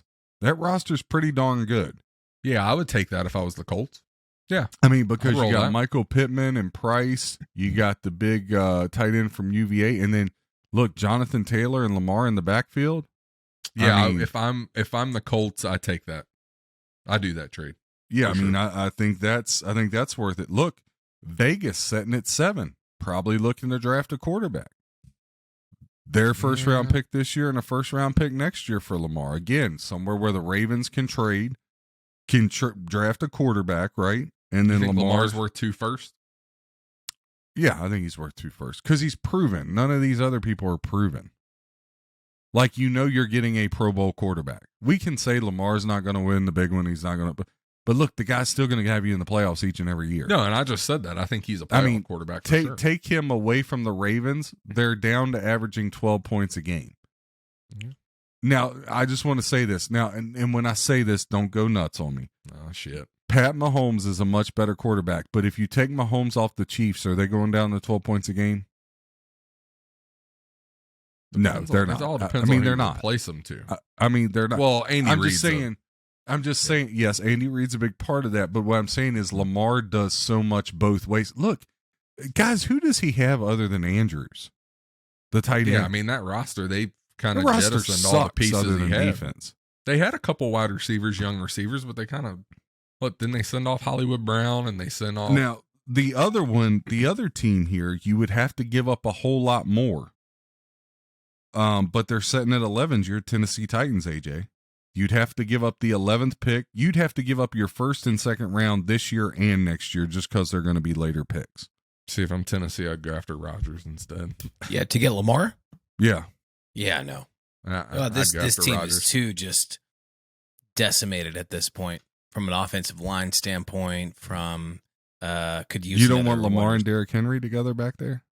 I think it's too important to not give up picks right now where we could definitely add to the core that we need. I mean, the team's decimated. I mean, there's Taylor Lewan could be gone this year. I mean, we've had freaking Dennis Daly at left tackle, and things have just been terrible. And we need to build. It needs to be a slow rebuild. I think a 1-year fix is just not the option with Lamar. I mean, as much as it'd be great to have him or Rodgers, but we can't give up those picks. Like, they're too important. And I think that's why John Robinson got fired, honestly, because he couldn't hit on those first-round picks. We really need a GM in there that can get those first-round picks right. So that's also a prerequisite. Washington, they hold the number 15 pick. They probably have to give up 2 1s and 3 2s. Yeah, if you're Washington, that could work. What about Still this need one? a coach. I saw somebody threw this idea out. The number 1 pick in the draft from the Bears and Justin Fields for Lamar. Either one of y'all doing that? That one might be interesting. They play the same style. They really do. You get pretty much the equivalent. I mean, of course, yes, we know Justin Fields is younger. He's probably more durable at this point in his career, but you're pretty much getting the same quarter. You're trading parallel, and you're getting a first-round pick out of it. Yeah, that's kind of interesting. I think. Look, For both teams. I think the Colts make the most sense, and I don't know why the Colts haven't already had Jim Harbaugh on speed dial. He played there for a couple years, almost had to, like, it just makes too much. Look, the Colts roster can win right now, and Scott Ballard, the GM, the old Chiefs guy, the Colts, he's going to draft well. They draft well. Like, the Colts are ready. The Colts are a quarterback away. They are ready. I think I just think that makes the most sense. You add Harbaugh and Lamar to the Colts. That's a good move for them. That's a really good move for them. Not Jim Harbaugh. Wait, which Harbaugh are we talking about here? We're talking about the one Jim Harbaugh from Michigan is going to go be the coach of the Colts, and they're going to bring Lamar. I think that's the best fit. I think that's the best fit. Now, will it happen? I don't think so. I think Jim Harbaugh apparently is going to wind up with Denver, which, again, I don't know why Denver's such a sexy job when you. I mean, I don't know. I don't think Irsay would ever go for it. Well, I don't think Irsay would ever go for it. Yeah. But what about Ballard coming out today and saying he told Irsay it was risky with Saturday? Yeah, Saturday's on the hot seat for sure. For sure. I think he was always on the hot seat. I think he was a stopgap. I don't think he was ever going to be the long-term. Well, look, Scott Ballard, I think, said it best. He goes, he said he told Saturday and Irsay, look, we're putting in a bad spot. We're putting Saturday in a bad spot that he's probably not prepared for. Scott Ballard's he's one of the best GMs in football. Yep. I think Saturday, great front office guy, probably. Absolutely. But maybe I think he'd be great front office guy. I don't actually really see anything wrong with the way that he's been coaching this year. I don't either. I think he was just put in a horrible spot. Exactly. But he could for sure do a great job in the front office. Not to say that he couldn't do a great job in the head coaching position if put in the right position. Yeah, but you put a first-time head coach, a first-time coach in a shit show of a position. Like, honestly, you feel bad for the guy. He was put in an impossible situation. Really. So are we going to talk about the slate this weekend, or are we just going to kind of? Yeah, I feel like we're just kind of talking here. Maybe we should just do a whole nother episode on like Friday night. We're going to jump to that next. I had one more thing. What I'm saying is, like, I think we should just talk about it on Friday night real quick. Just the slate for the weekend, knock it out real quick, easy episode, and then we can just shoot the shit like we've been doing. Like, this is great. I think this is really fun. Yeah. And I don't know, maybe the listeners enjoy it. Maybe they'll have to tell us. Tweet Leave a me if review. you do. Oh God, don't tweet him. I will say though, one big news thing this week: Damar Hamlin discharged from the hospital. Amen. He is back home. Yes. God is good, man. Like, Amen. honestly, God is good because Yes. Incredible. incredible. I think Honestly. for that young man to first responders, incredible. I feel like I truly believe there's power in prayer. And for him to be out of the hospital at home, absolute miracle. Cause I think a lot of us thought that we lost him on the field. I really, that's how I felt watching it. It was one of the worst sporting experiences I've ever watched. So for him to be home, God is good, and just an incredible, incredible turnaround for him. So happy that Absolutely. he is out and home. Hey, real quick, just to follow up on that. So they're apparently supposed to decide where this neutral site AFC Championship game will be. So I tweeted earlier. Oh, tweet. God. And where can they get me on Twitter, AJ? At BCCS Sports. Yeah. So I tweeted out earlier, maybe it was yesterday. I think it should go to Lambeau. Yeah, All they're gonna put in a dome, aren't they? Yeah, it's because it's stupid. But they're all three cold weather teams. It's I put iconic, outside. and there's no advantage because it's in the NFC. But they'll probably put it in a dome, and if you put it in dome, where else to put it but Vegas? Yeah, Vegas has Mm. talked about they are open to hosting the game. So Yeah, I mean, I would put it outside because in it was Lambeau? gonna. How because it- awesome would that be? Because here's the thing: no matter if the Chiefs, Bills, or Bengals, any one of those three teams got the number one seed, it was always going to be in a cold weather outside stadium. So you might as well leave it in a cold weather outside stadium. What do you It think, makes Chop? sense Where to do you where would you like to see it, and where do you think it ends up? And then we'll ask AJ. I'd like to see it stay outside in a cold climate, just because I think that's what you would have gotten anyway. I think it probably ends up in one of these shiny stadiums like Vegas or Arizona. They're not using their stadium. It's going to end up in a dome, Well, Arizona's I think's where the the Super Bowl's at, so they're not going to do that. which I think is a mistake. I think you should keep it outside. But I don't AJ? know. Other than Lambeau, outdoors, where would you? I Well, mean, you you can't got put it- Denver. Denver's a pretty nice Yeah, you facility. You can't do But that. that's in elevation, so you're not going to do that because that's a throw off for both. Lambeau, Chicago, I don't think the Bears Stadium's in all that great a shape to host No. a title game. So you're kind of, Lambeau would be cool though. Yeah, I like my Lambeau idea. What do you think, AJ? Why are they? I'm sorry, Hank. Why are they trying to figure out a neutral site for the AFC Championship game? I missed Because they didn't get to finish the Bills Bengals game because of the Damar Hamlin thing. Yep. So they didn't get to so play it out.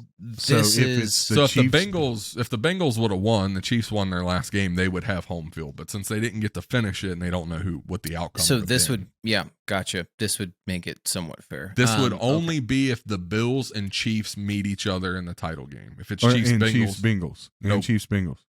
Yes, only and Chiefs Bills.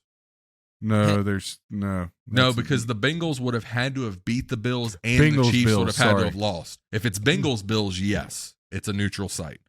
Bengals Bills or Chiefs Bills. If it's the Bengals and Chiefs, they play it in Kansas City. I'm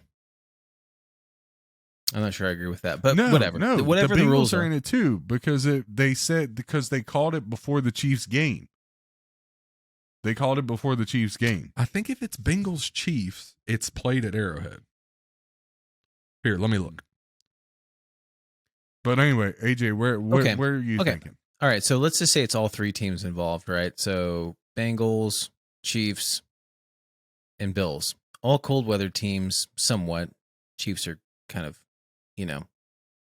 they're kind of the daisies of this group, I guess, when it comes to like cold weather. But, I would still say they probably need to wind up somewhere in the Midwest, Mhm. like just to keep it real. I mean, I don't like a dome. It's not a college football championship game. Like it shouldn't be a dome. It's not a Super Bowl. Like it should still be played in the elements. So, yeah, I mean, Lambeau's kind of cold. Like, that's way up there. I don't know. Detroit. I don't know what the Dome. seating in Lambeau is either. I think Nashville sounds pretty good, right? Like, it's pretty cold. Yeah, Right Nashville about would be now. good. Nashville wouldn't be a bad spot. Nashville. But the problem with Nashville is, man, the stadium's so old. They need a new facility. Yeah, they do. Yeah, they do. Yeah, just hey, the look, Bills, just the Bills Cincinnati- and Chiefs. So if it's Chiefs and Bengals, it will be played at Arrowhead. If it's Chiefs what if and it's Bills and Bengals? then it Bills will and be played Bills? at a neutral site. So if it's the Bills and Bengals, it's a neutral site. If it's the Chiefs and Bills, it's a neutral site. Otherwise, everything else stands. But if it's Chiefs Bengals, they play in Arrowhead. So if Buffalo and Cincinnati plays in the division round, where's that game? That's the I coin don't flip game. That's a neutral site game too. I think that's a neutral site as well. Yeah. So we could end up with 2 neutral site games in the playoffs. I say just send them all back down to Tampa Bay and just let them play in weather that they've never experienced together. You know? Yeah. Let them play in the humidity. Yeah. No, I mean, I don't know. What other open I guess you air could take stadium? them to Dallas. I mean, they're not going to be using their stadium. Yeah, they're not Yeah, going to need it. Or I mean, Houston. New York. You could take them to New York. Yeah, there you play go. it there. New York, because the well, Giants aren't. because then you're giving Buffalo a huge advantage. A huge advantage. You can't have that thing in New York. Washington covered? Is that a Washington covered? is a dump. Yeah, Washington Washington's a has shithole. FedEx Field is the worst stadium in sports. It's worse than the Oakland Coliseum. Yeah, so it's worse like, than Nashville. It's worse than Nissan Stadium then. Oh, Well, you take Nissan's it. like the Taj Mahal compared to that thing. Do you take? I mean, they're probably going to do is look at somewhere like Vegas or LA. I would hate to see it played in a dome like that, though. I really Yeah, I would. would Like too. it's Look, I don't want to see nothing in LA after they freaking didn't let people tailgate. They should never be allowed a super. Like, I get it. Everybody loves LA. I get it. I I But don't want any part I of don't- LA. What? I tailgated in LA. What are you talking about? They wouldn't let anybody for the Not national for the national championship game. tailgate. They didn't Or the allow Super Bowl. tailgating. What? That's No like a- tailgating. It's like a specific lot. California's just a buzzkill, man. No, Yeah, it is. but they All have right, a we really talking good line up north. football games? We breaking these bad boys Yeah, down? football What we games. doing? Let's go. Well, let's close doing on it? the NFL football. All right. So we have Saturday. We have Seahawks at 49ers. 49ers favored by 10. I think the 49ers win this game. I think Seahawks can make it somewhat competitive, but I think the Niners are just, that defense is going to roll. Brock Purdy's going to do enough to get you a win, and they go on to the next round. All right, I'm gonna write these down just because I'm, I like, You like busting what? you guys. So, Chop, final score of your Seahawks Niners game. Jesus. 28-20 Niners. Really, that close, eh? Yeah, I think they're division teams. I think division teams play each other close. Yeah, Brock Purdy at quarterback, not Jimmy G. Yeah, I'd say 28-20. 28-20, 28-17, somewhere in there. Well, that's a big difference spread wise. Yeah. All right, 2020. AJ, what are you thinking here? Niners Seahawks. Give me your breakdown. Niners, Seahawks. I think I don't know. I actually think it's kind of on the lower scoring side. 21-17 Niners. Yeah, Wow. my first indication was 24-17. Wow. But I was like, I think 20. You guys going against the grain. Everybody loves San Francisco. So, so why is that? Why are y'all thinking that? Division rivals. These teams know each other, right? There's not going to be a lot of surprises. And you got Brock watch Purdy at Geno quarterback. Smith play against the Rams last week? I get that, but what I'm saying is these teams know each other well, and it's Brock Purdy. You have to take that into consideration. Yeah, and I think the Niners do score a bit. Again, to Chop's point, it's Brock Purdy, so it's not going to be a lot. It's not going to be like a ton. And I just think the Niners have a great defense, and they'll shut them down. And it's not going to be a terribly high scoring game, in my opinion. So I think it's out of that 28 points. I think the defense gets you 7. for San Fran. Definitely. So Mine was 21, but yes, I still think that too. Yes. Okay. All right. Well, right now, 68% of the tickets, according to DraftKings, 68% of the tickets on the Niners, 32% on the Seahawks. The money, all Niners, 73% compared to 27% for the Seahawks. Now, the Seahawks are 3-7 against the spread their last 10 playoff games. 1-6 against the spread their last 7 road games versus a team with a winning home record. that's not good. 1-7 against the spread in their last 8 games overall, and 0-5 against the NFC against the spread. Now, So what you're saying is they're due. your 49ers, Niners 8-0 against the spread their last 8 versus the NFC West. Ah, shit. 5-0 ATS in their last 5 home games. 7-1 against the spread in their last 8 games following a straight up win. 5-1 against the spread their last 6 playoff games. 8-2 against the spread versus a team with a winning record. 19-7 against the spread their last 26 for the NFC. 21-8 against the spread their last 29 games overall. And they've won 10 in a row straight up. But the Seahawks, 15-7-1 ATS the last 23 meetings. So, I think the thing I'm most interested here is somehow Brock Purdy has snuck himself into the discussion for Rookie of the Year,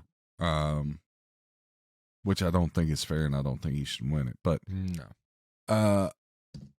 he's played very well, better than I thought he would play.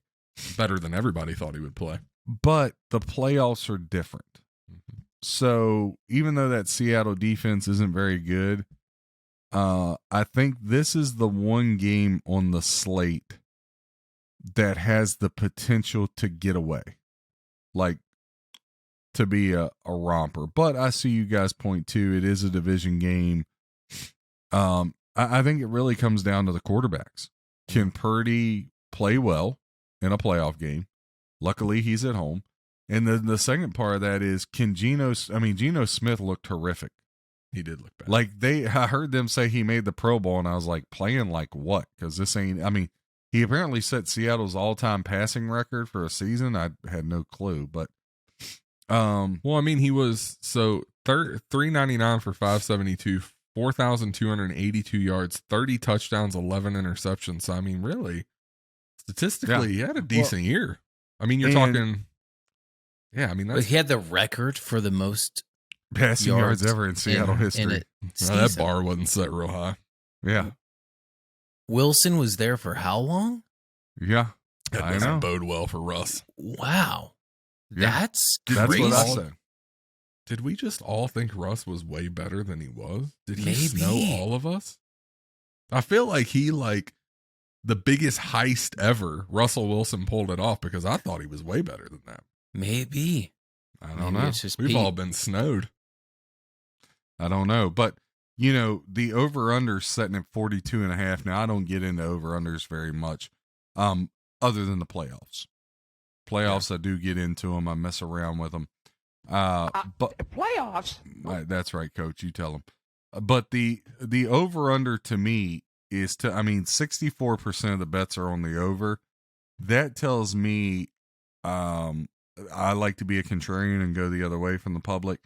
I could see that 21-17 game you're talking about, AJ. I guess I can see that. But it'll be interesting.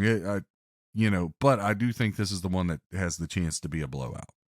All right, the next one, Chargers at Jags. Chargers laying 2 on the road. This is going to end up being a good game, I think. This Saturday night game. I'm pumped for this game. I think this is one of the 2 best games of the weekend when it's all said and done. I think this game comes down to the buzzer. 61% of the bets are on the Chargers, 39% on the Jags, 65% of the handle, aka the money, is on the Chargers, 35% Jags.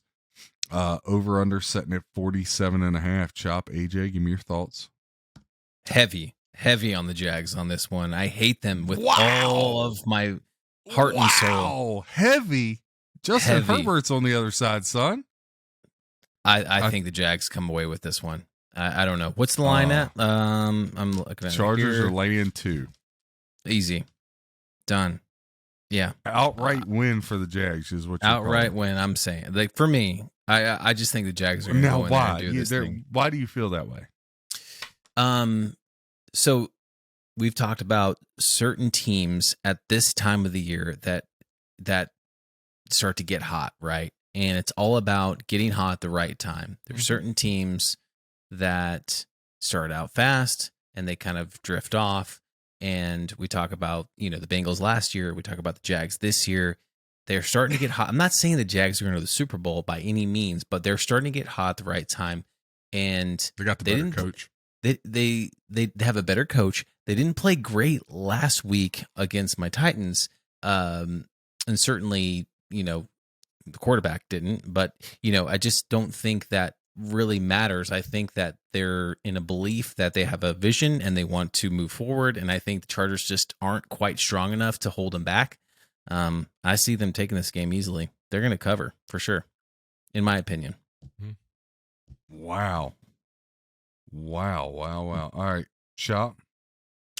I think Chargers win. I think it's late though. I think they get a win on a field goal. I think you're probably looking at a 31-28 type romp. I think the Chargers are going to score 30 points. I just think that offense, Herbert, I think they're going to put up points. Do I think the Jags make it close? Could I see the Jags winning the game? Absolutely, but I think this is a field goal game either way. I don't think either one of these teams is blowing the other one out. All right. Well, they met back in week 3. Y'all know this, right? Yeah. Back in week 3, at the Chargers and the Jaguars, 38-10. 38-10. Impressive. So let's dive into this a little bit. Jaguars 3-0-1 ATS versus a team with a winning record. They are 5-1-1 ATS their last 7 versus the AFC. 4-1 ATS their last 5 overall. All right. Now, when you flip over to the Chargers, 4-0-1 their last 5 overall. They've been hot too. Chargers 4-0 against the spread their last 4 wild card games. 3-0-1 against the spread versus a team with a winning record in their last 4. This one's really, these two are really impressive to me. Chargers 7-2 against the spread their last 9 road games. 10-4 against the spread their last 14 on grass. 5-2 ATS their last 7 playoff road games. And 7-3 against the spread their last 10 playoff games altogether. Head to head, the favorite is 8-3 against the spread the last 11 times these teams have met up. Chargers are 9-1 against the spread their last 10 meetings outside of that romping earlier this year. And the Chargers are 5-0 ATS their last 5 meetings in Jacksonville. So some pretty heavy stats there. So do either one of y'all change what you're thinking there? Does that do anything for you? Does that tickle the fancy? No, I think I'm still right where I was. Okay. Yeah, I feel good. All right. Yeah. All right. Now, what's our next one? Oh, wait. I need final scores from you guys. Chop. Jaguars, Chargers. 31-28. Chargers. AJ.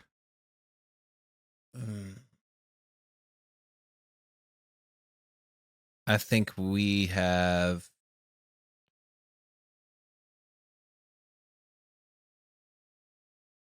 27.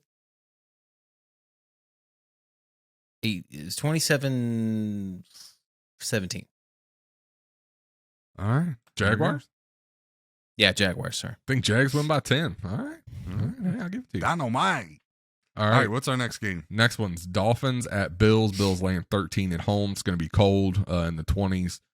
Chance of some snow. Of course, it's Buffalo.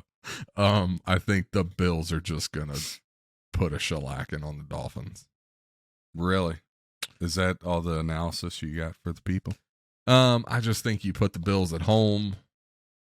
Cold. Dolphins having Skylar Thompson at quarterback. This is a 10-point game for the Bills. Easy. Do I think it's 2 touchdowns? Miami may be able to hang around just because they have a ton of offensive weapons. But I think the Bills win this one kind of going away. Okay. Final score?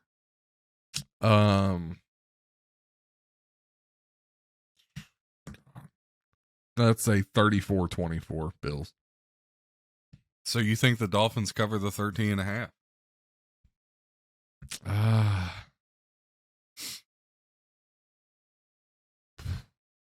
I mean, it's on a razor's edge.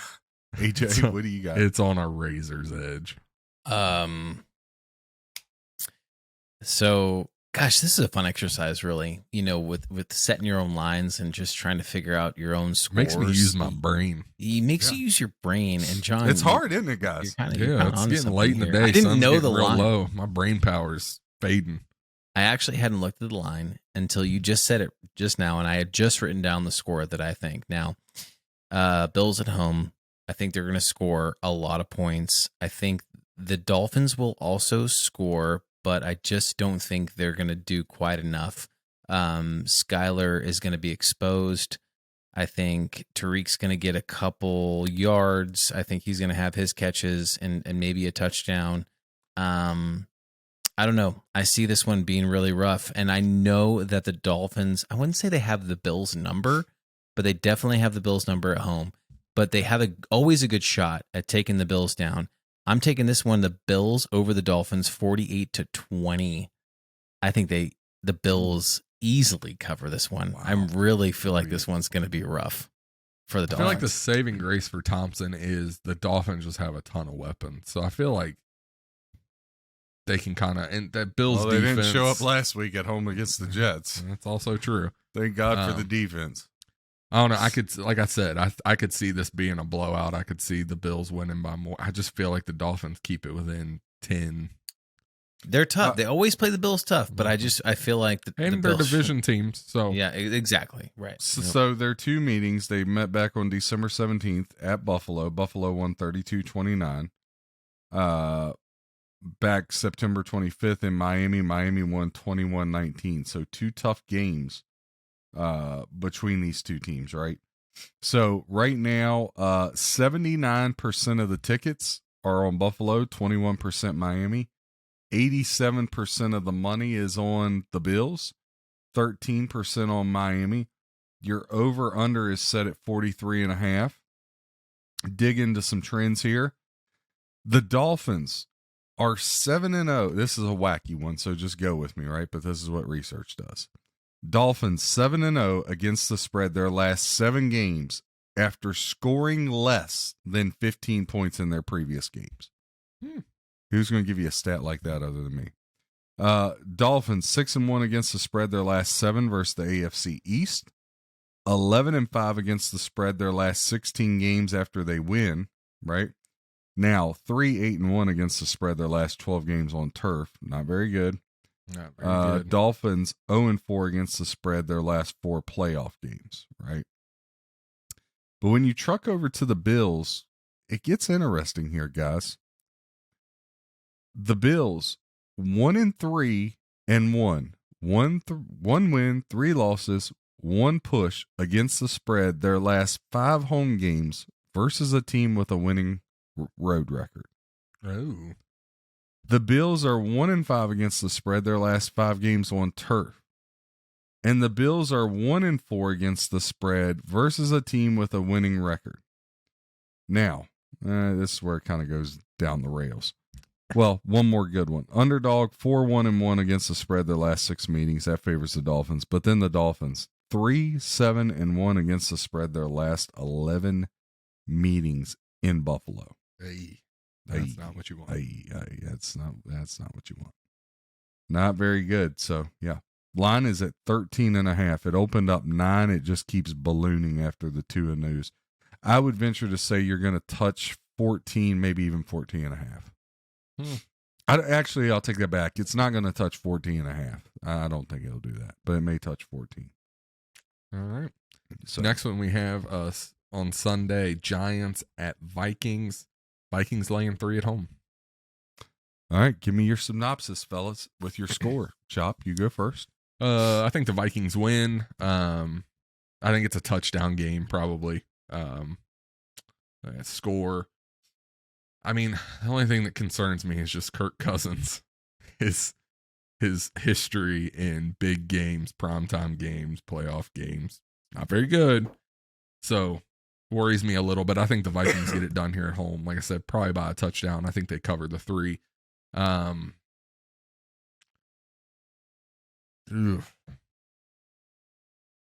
24-17 Who, Vikings? Vikings. Okay. Saquon Barkley back? Barkley is back. They rested everybody. They're at full strength.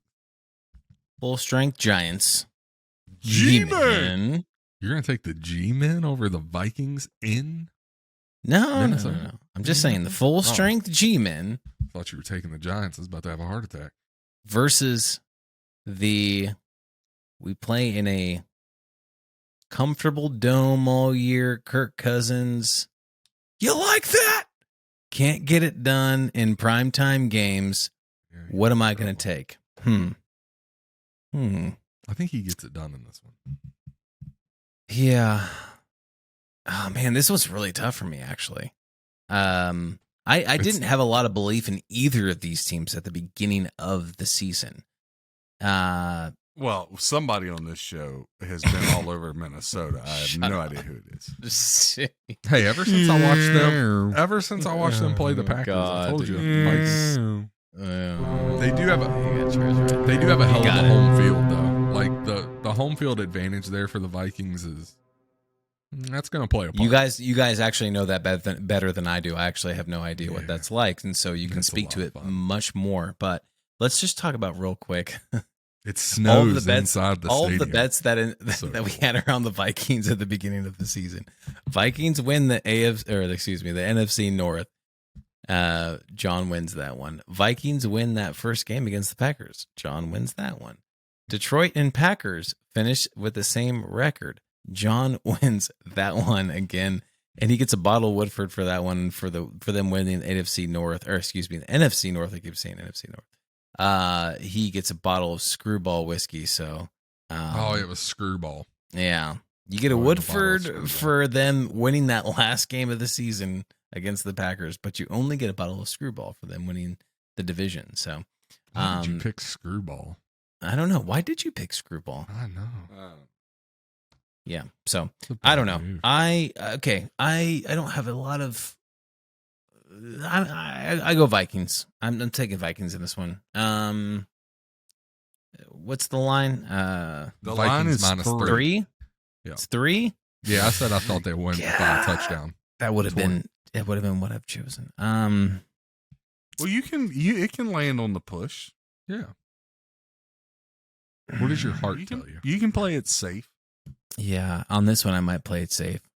I'll take the Vikings -3. Final score, please, for the panel. Final score. I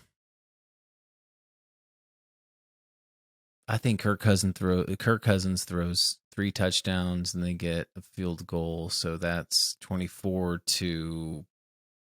He's stealing my score. What did you say? I don't even I said- remember. Said 24-17 Vikes. I think You Look, said you 24-17? guys' minds are just blown having you. This is so much fun for me.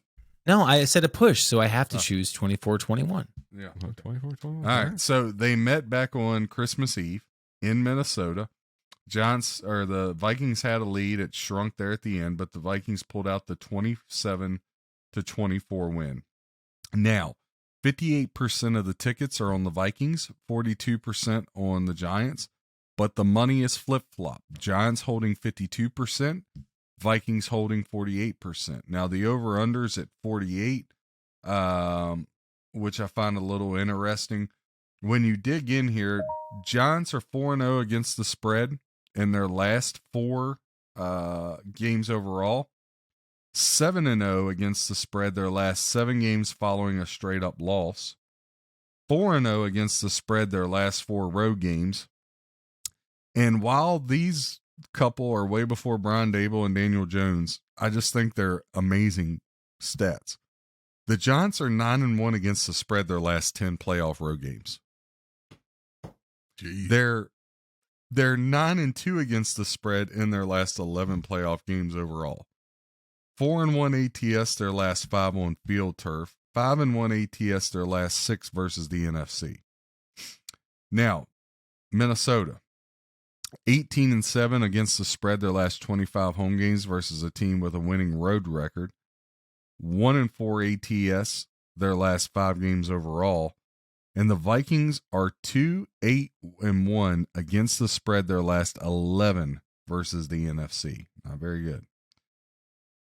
The favorite in this matchup, 6-1 against the spread their last 7 meetings, but the road team, road dogs, the road team in this series, 9-4 ATS their last 13 meetings. The most, I would say, the 2 dogs that are being talked about the most, because I've followed it all week so far. In the first 3 days, all I hear on TV is everybody loves the Giants and everybody loves the Bucks, for what that's worth for you. Gotcha. So, moving right along, Bengals and Ravens. Chop. Yep.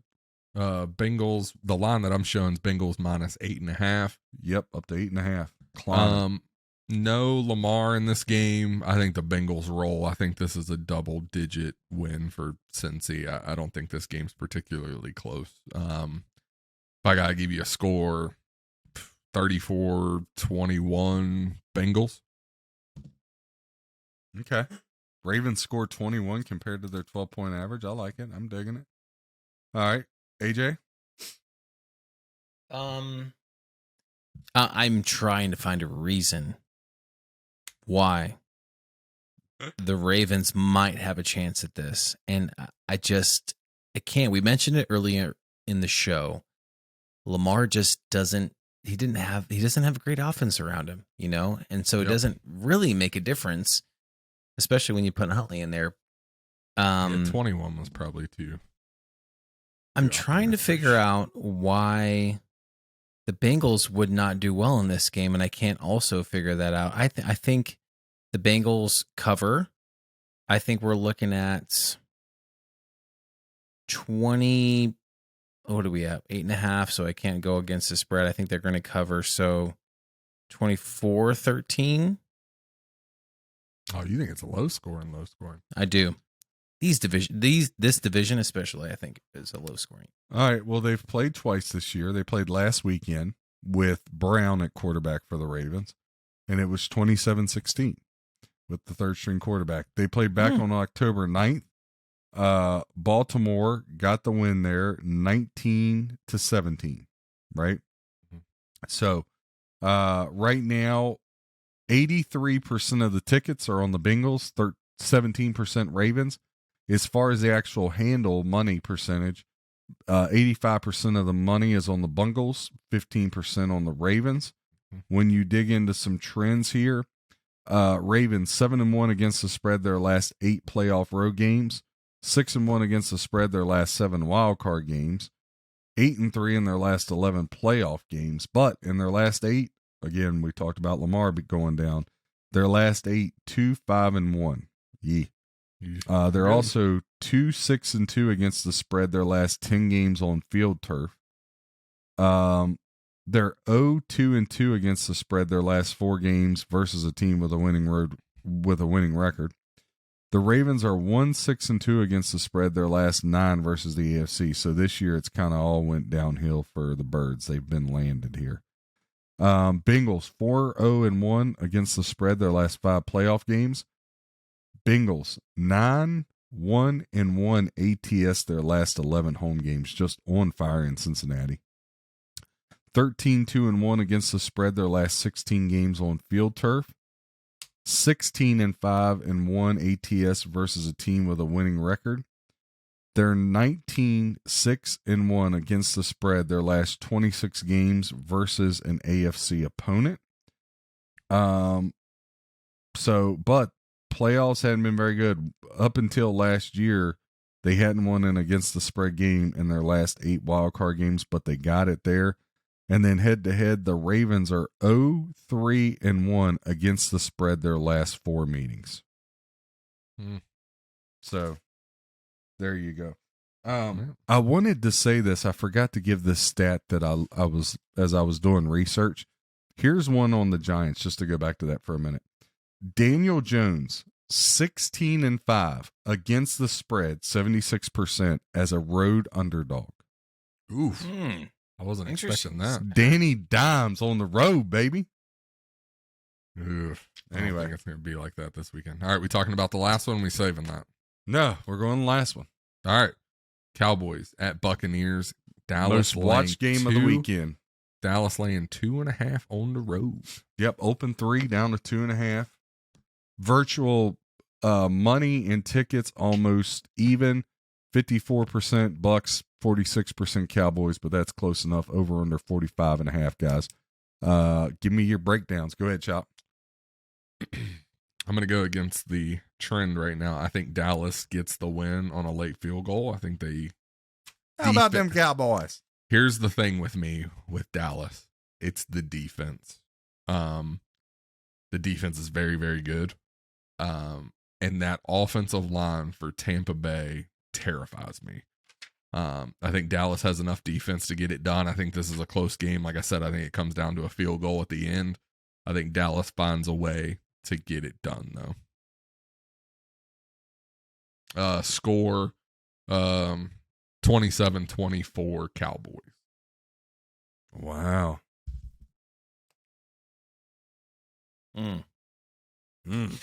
This is a tough one. I'm excited about this game. This is a really, really tough one. This is the other game that I'm excited about.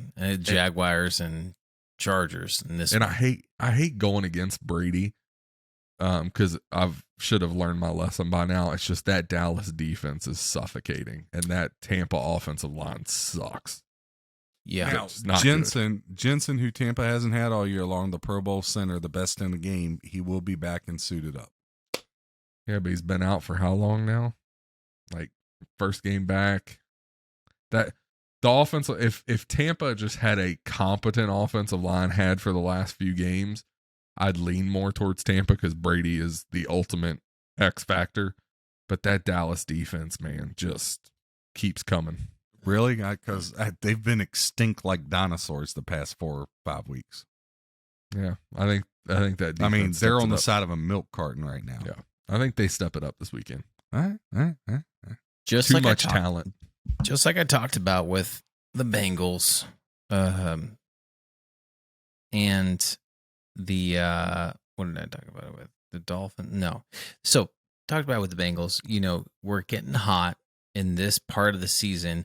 If Tampa would have come out and started strong and then started to kind of falter, but they didn't. They started kind of slow. We were all talking smack on them. We all had our laughs at what's going on in Tampa, and they've come out and they've started to get stronger. And I think Tampa's kind of figuring it out, and Dallas is sort of flip-flopped, right? Like Dallas started out super strong, and they are coming down to earth a little bit. So I don't know. I like the Bucs here, just as I see things like on black and white. Like, I don't look at things as deep as you guys do, and I like the Bucs over the Cowboys. I'll take the spread. I'm calling it. Did I say Cowboys over Bucs? Did I say Bucs over Cowboys? Bucs over Cowboys. Bucs over Cowboys. Okay, I'll take the Bucs over Cowboys. And I'll. Gosh, the score. I don't know. I'm gonna do like 23 to 20. Sorry, 23 to 20. I guess that's my That's not a bad Okay. score. Yeah. No, that's I think for me, Dallas has to come out. They have to establish the run, and they have to just run it down Tampa's throat. If you get Dak Prescott back there trying to throw the ball around, they're screwed. So if Dallas is smart, if you guys are listening, run the football. If you want to win this game, run the football. Do not let Dak drop back 30, 40. You're screwed. It's over. You have to run the football. And I think they've been hesitant to because of the kind of challenges they've had in the running game, really. But they should really just trust in it and just gotta run the ball. Like the game plan that you had early in the season when Dak was out, just put that same game plan back in, and that's what you do, and you'll be 100%. fine. But if you have Dak back there trying to sling it, you're in big trouble. Yes. Okay. Well, they met earlier this year, opening night in Dallas. Tampa Bay won 19-3. Last year, opening night, it was in Tampa. Tampa won 31-29. Last time Cowboys won a playoff game was, 1995. So they're due. I was a young whippersnapper back then. Now, look, Cowboys 10-1 ATS their last 11 games following a straight-up loss. So they bounce back. 7-1 ATS their last 8 games following against the spread loss. 6-2 against the spread their last 8 Monday games. 20-8 against the spread their last 28 versus the NFC. But 2-5 against the spread their last 7 wild card games. And the Cowboys are 1-3-1 against the spread their last 5 overall. 1-4-1 ATS their last 6 road games. And then here's where it gets really good. The Cowboys 0-4 against the spread their last 4 playoff games. There it is. 0-4-1 against the spread their last 5 playoff games on grass. And somehow only the Cowboys could do this. 0-3-1 against the spread versus a team with a losing record, because again the Bucs have a losing record. So only the Cowboys You got to show love up the on time. Cowboys. So, flipping over to the Bucs though, they're no bargain. 2-7-1 against the spread their last 10 home games. They've stunk at home. 1-4 against the spread their last 5 versus the NFC. 1-4 against the spread their last 5 Monday games. Tom Brady historically has not played well on Monday night. He's a little older, needs to get to bed earlier. 1-9-1 against the spread their last 11 games following an against the spread loss. But head to head, the Cowboys 1-5 against the spread their last 6 meetings. The underdog 5-1 against the spread their last 6 meetings. But good news, Dallas, road team is 4-0 against the spread in their last 4 meetings. Oh, yeah. There's a silver lining for Dallas. They'll still find a way to screw it up. So I want to do one more exercise. We got time real quick. I know we went super long, but this is a playoff breakdown. So. Yeah, that's fine. All right. This can replace John's betting Come on, corner. man. I have a hard enough time helping my son with his homework. You're actually giving me things to think about. Dude, I just had COVID. Like, my brain is shot. He's throwing me all this stuff. So listen, you're going to, since before the playoffs, we're going to pick our Super Bowl matchup, and I'm going to roll through the odds right here. So there's 14 teams. I'll start at the bottom. If you bet $100, the Miami Dolphins plus 10,000. Anybody want that? Hell no. Seattle Seahawks plus 8,500. Anybody want that? Mm-mm.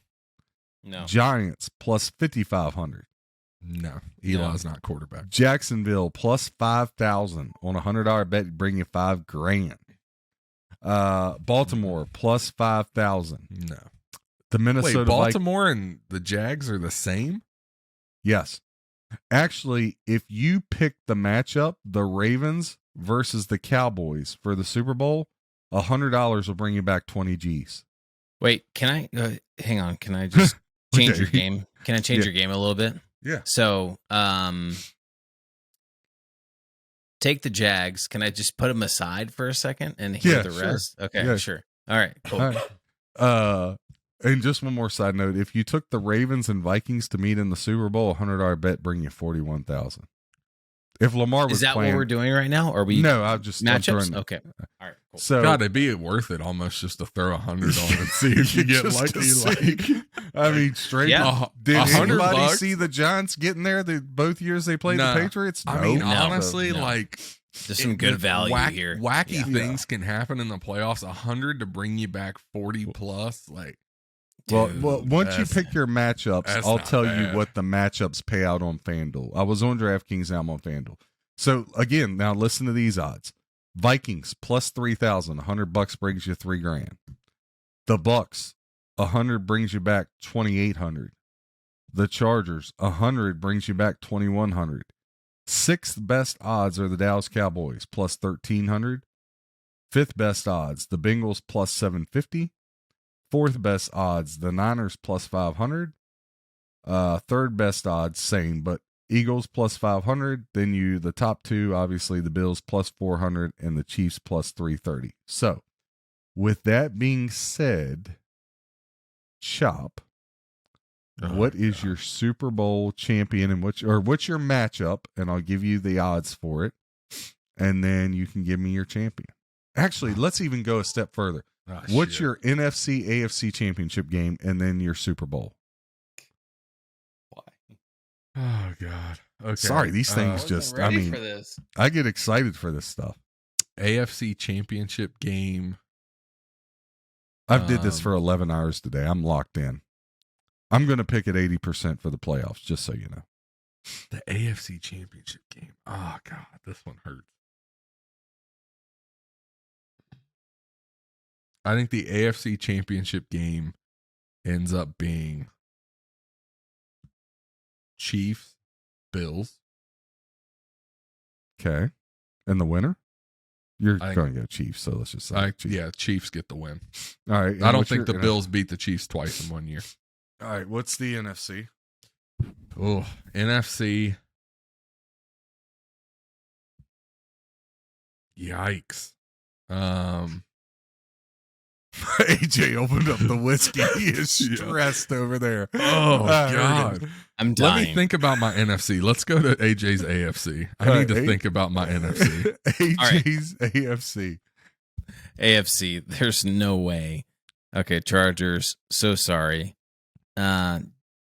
Jags, I wanted to believe in you, but you're in my division, so it's not going to happen. Dolphins, no. So I'm going to go.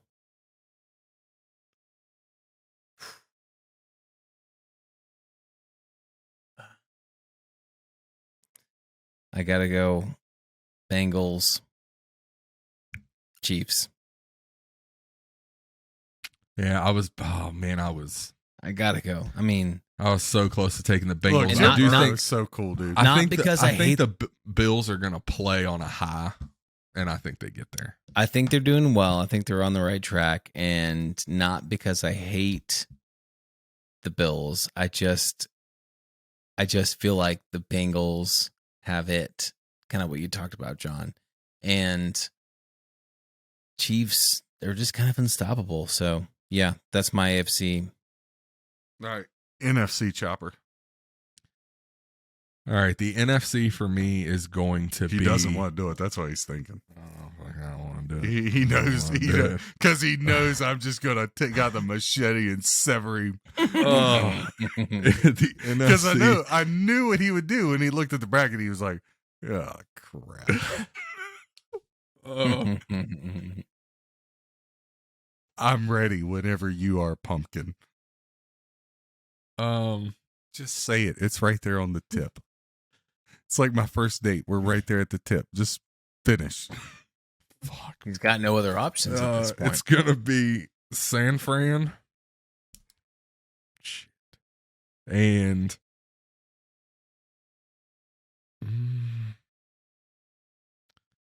I think it's gonna be San Fran and the Vikings.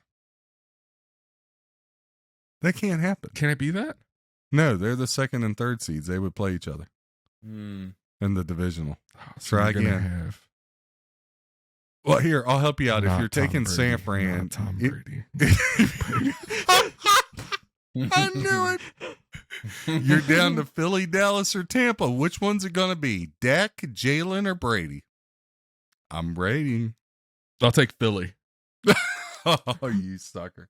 Well, I All already right. said Dallas was going to win, so I can't go back on that already. I'd say, all right, so Philly, San Fran. What's your Super Bowl? I think that San Fran defense is going to be good enough to get them there. All right, so Niners, Chiefs. Niners, Chiefs win it. In a Niners, close game. Niners, Close game. Chiefs win it. So here, something that's very cool you can do in FanDuel. If you put $100 down on the Chiefs to play the Niners, you get back $650.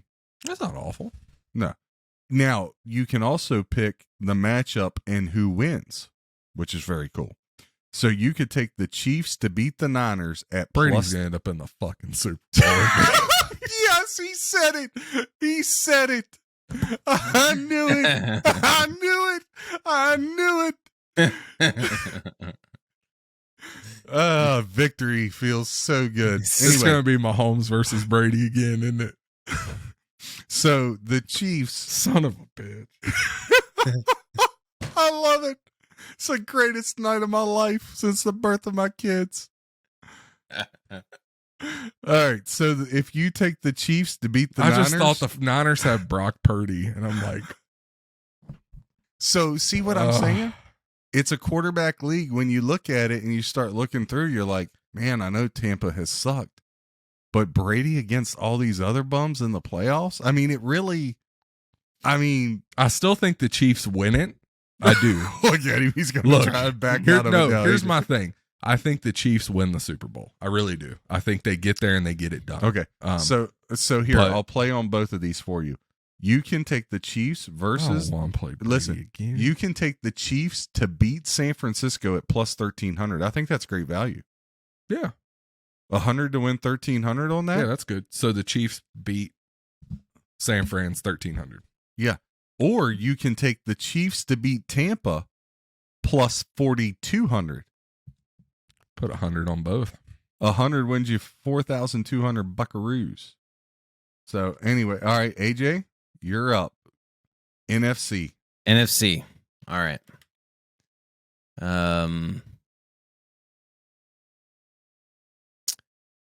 I think it is going to be Tampa. It has to be. I mean, he haunts my winter dreams. It's just, I love it. Both of you guys have been ragging and you finally came over. I can't get rid of this guy. Because when you slow down and you look at it, you're just like, I mean, I'll say this much. If this is going to sound really stupid, but Dallas is probably their toughest game. I was actually just thinking that if they get past Dallas, I think there's a clear path. If they get past Dallas, they're beating Philly. Yep. No doubt in my mind. And then if they beat Philly, I mean, who's really they got to go to San Francisco because where they Minnesota can't win the big one. They're just I don't know what goes on. I think it's going to be a great game, and that's what I have for the NFC Championship game is San Francisco and in Tampa Bay for sure. But I do think that that was going to be what I was going to say. I've already chosen Tampa Bay as my one team, San Francisco is my other team. So I think that's going to be the matchup. Now, Super Bowl.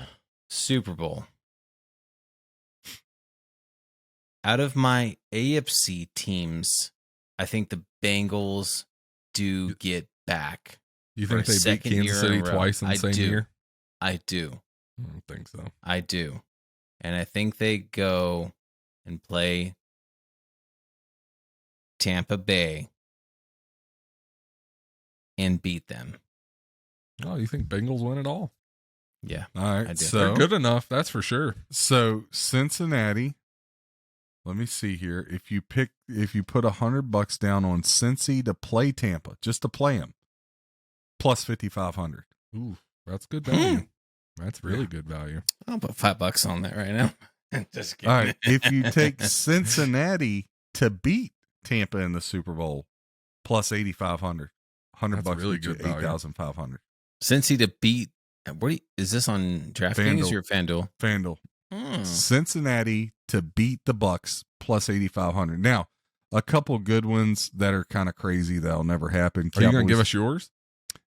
Cowboys to beat the Dolphins. Yeah, I'll do that. I'm not going to break down the playoffs. They're going to have to sign up for that. I'm not giving no free plays during the playoffs, folks. Oh, look at that. Sorry. No free plays. Sticking to your guns. I like it. No freebies. Look, I've proved myself. I'm picking like 68% in the NFL. I don't need to give out any more freebies. If you haven't signed up, you're not serious about making money.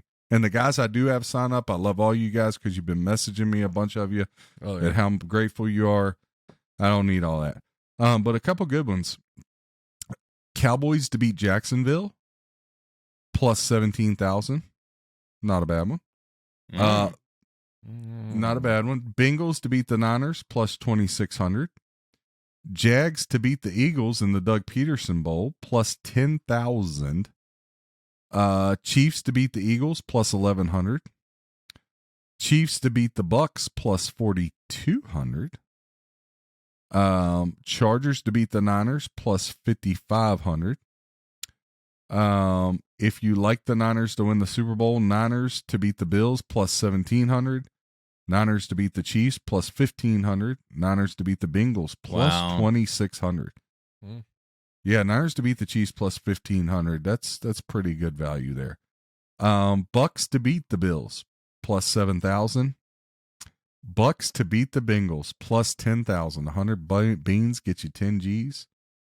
Bucks to beat the Chiefs plus 6,500.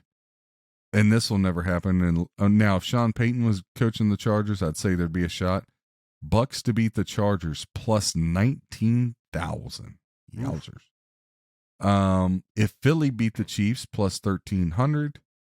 So yeah, some interesting stuff there. So looking at the bracket here, this one was really, really hard for me. Extremely hard was the Chiefs Bengals. I think that's who it comes down to. I think the Bengals beat Buffalo.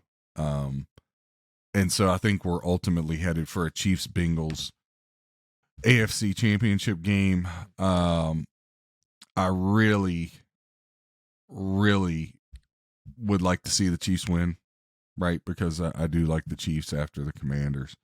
I love Andy Reid. I like Pat Mahomes. I like what they're doing. But again, I go back to when Rodgers won his Super Bowl, when the Giants won their 2 Super Bowls, how the Cardinals got hot that year and should have beat Pittsburgh in the Super Bowl. How Seattle got hot the year they beat Denver. And even last year, how the Bengals got hot at the end. I just think the Bengals get there. And people talk about the motivation that the Bills have, which there is. The team that probably got the hose the worst in all this was the Bengals. You know what I mean? In this whole coin flipping thing. Because, the Chiefs ended up winning, but the Bengals could have had the 2 seed or the 1 seed, right? So, there would have had to have been a lot happen for them to get the 1, though. Like Chiefs would have to lose, but they'd have to win out. They feel like they got robbed with it. And I'll be honest with you, not only are they playing the best, the thing for me is, look, Pat Mahomes, Joe Burrow, Josh Allen, flip a quarter, right? Seriously. Now, me personally, I would probably go Mahomes, Burrow, Allen, in my opinion, ranking them. But, flip. I'm not going to argue with somebody if they say Josh Allen's the best of the 3. That argument can go on forever with those 3. But I think the thing that ultimately does it is the Bengals got the defense. The other 2 don't. That's just reality. The other 2, the Chiefs rely on Snead making a play. And their defense is going to have to step it up for sure. Like Kansas City's defense is going to have to play how it played early in the season. My whole thing with this, though, is do I think that the Bengals go into Arrowhead and knock off the Chiefs in an AFC title game 2 years in a row? I don't. Yeah, I get you. Tough sledding. I just like the Bengals there. And then, because that place is going to be, it's Arrowhead's crazy enough as it is. They're going to be pumped. If the Bengals come back to Arrowhead for a title game, it will be deafening. Yeah. So, you know what? You're right. Chiefs win. You're changing your mind right now? Yeah, I'm changing my mind.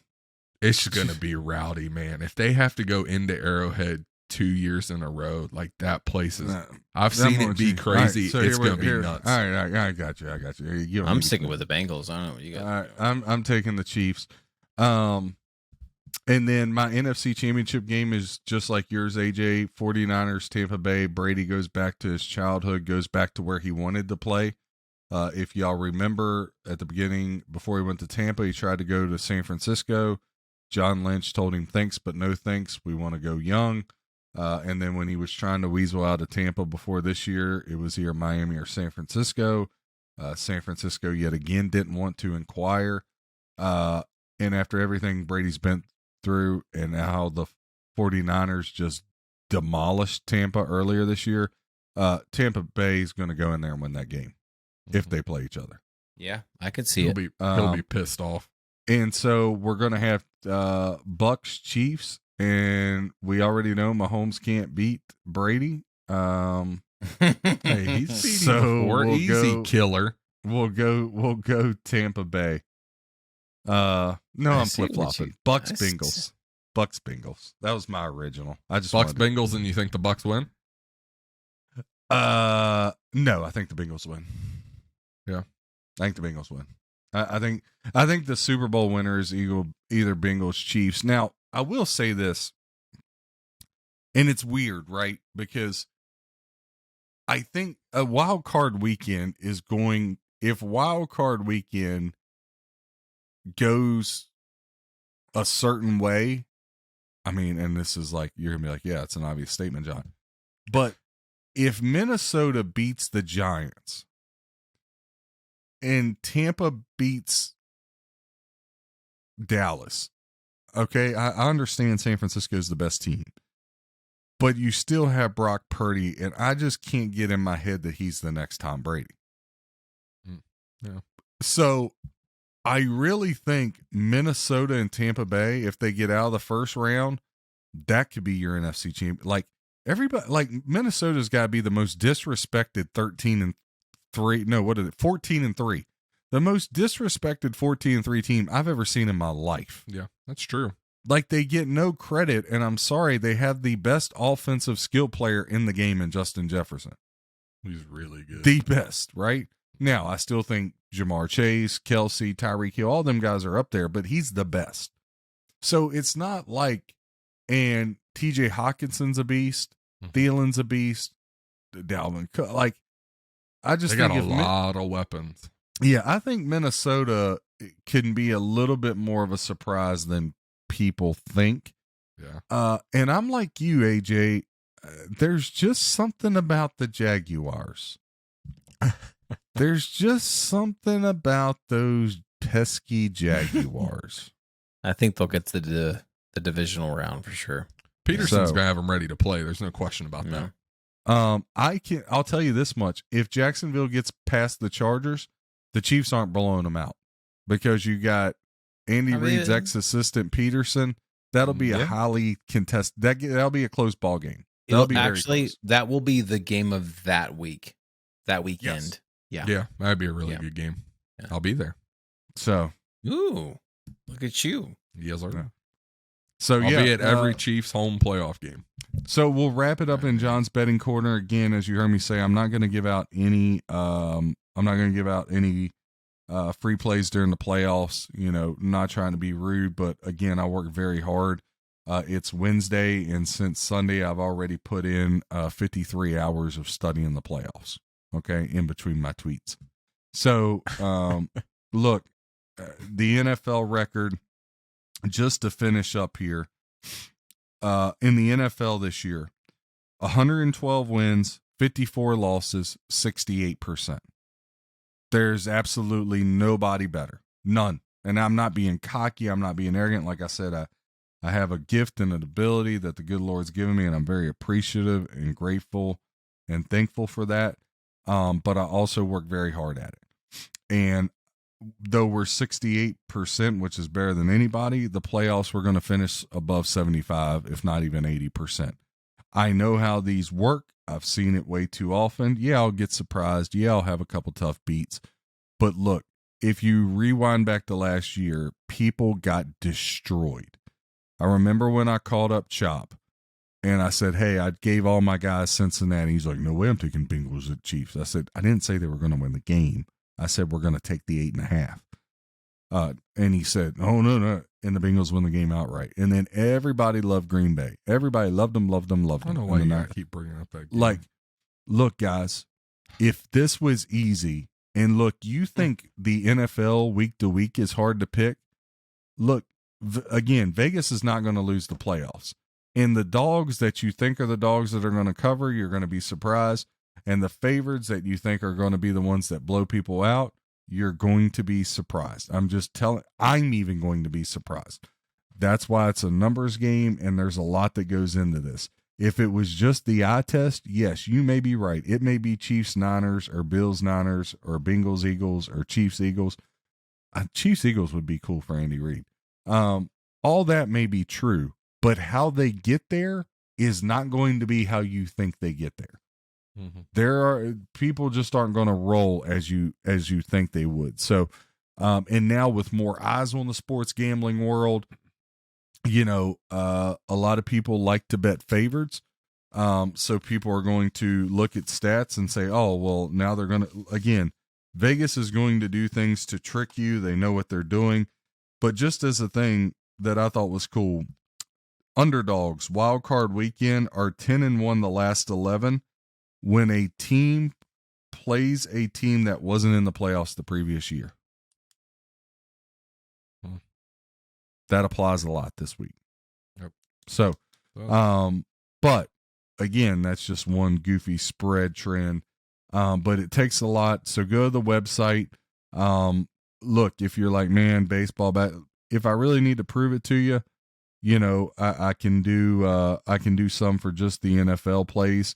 For you, you're gonna want baseball though. We're 74 games. But over listen, 500. I get people are skeptical. But here's what they're going to have to do. They're going to have to reach out to me personally at john@bccsports.com. Sure. All right. That's what they're going to have to do because I'm not running around chasing women. So if you want something, if you want new shoes, mama, you got to come to Papa. Oh, God. So, but listen, you're making a huge mistake if you don't use me for the playoffs. You're making a huge mistake. Yeah. It's like driving a car drunk, irresponsible.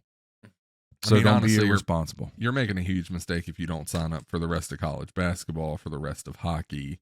But I mean, there's free money out there, folks. Like, you're just letting it go.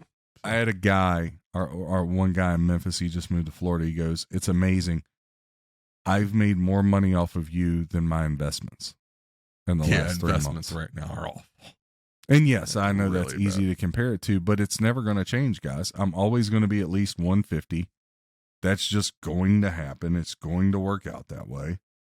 And right now we're at 241, which is absurd, but whatever. I'm going for 300. No, not enough time. You Maybe. said you were going to have a big swing in hockey, so I am. I'm going to have a huge, well, yeah, maybe. if you go through, I'm Average. telling you're not that far off, man. You go a big swing in hockey. College basketball is always really good for you. Playoffs. You can Well, get to yeah, I mean, 300. college basketball, we You went could 2 double and 2 your tonight. 150. I mean, we could be, Well, we're still 66% in college hoops. I think 275 is probably. That's all I got, guys. I'm glad y'all enjoyed my exercise. It made me think way too much. I didn't want to use my brain Those that of you much. that want to gamble without me this weekend, I wish you nothing but the best. No ill will. I really hope you win money. But don't bury yourself and then you can't bet how you should the rest of it when you do come back. Just sign me up for the playoffs. So, but John at bccsports.com if you're truly serious. There you go. All right. Good stuff as always from John's Betting Corner. All right, so I think that's the show for us. Excited for some playoff football. It's going to be a great weekend. Lots of good games. I'm excited to sit down and watch. I'm going to watch as much as I can. So interested to see how this turns out, who the Chiefs are going to end up having to play next weekend. So excited. I hope you all have a great weekend. Enjoy all the games. Going to have a ton of hockey and college basketball this weekend as well to watch. So plenty of stuff to keep you busy as a sports fan. You all have a great weekend. We'll be back with another episode for you next week. Enjoy. Love you, my winners. AJ, tell the people you love them. I love you, my winners. There you go, baby. Wow.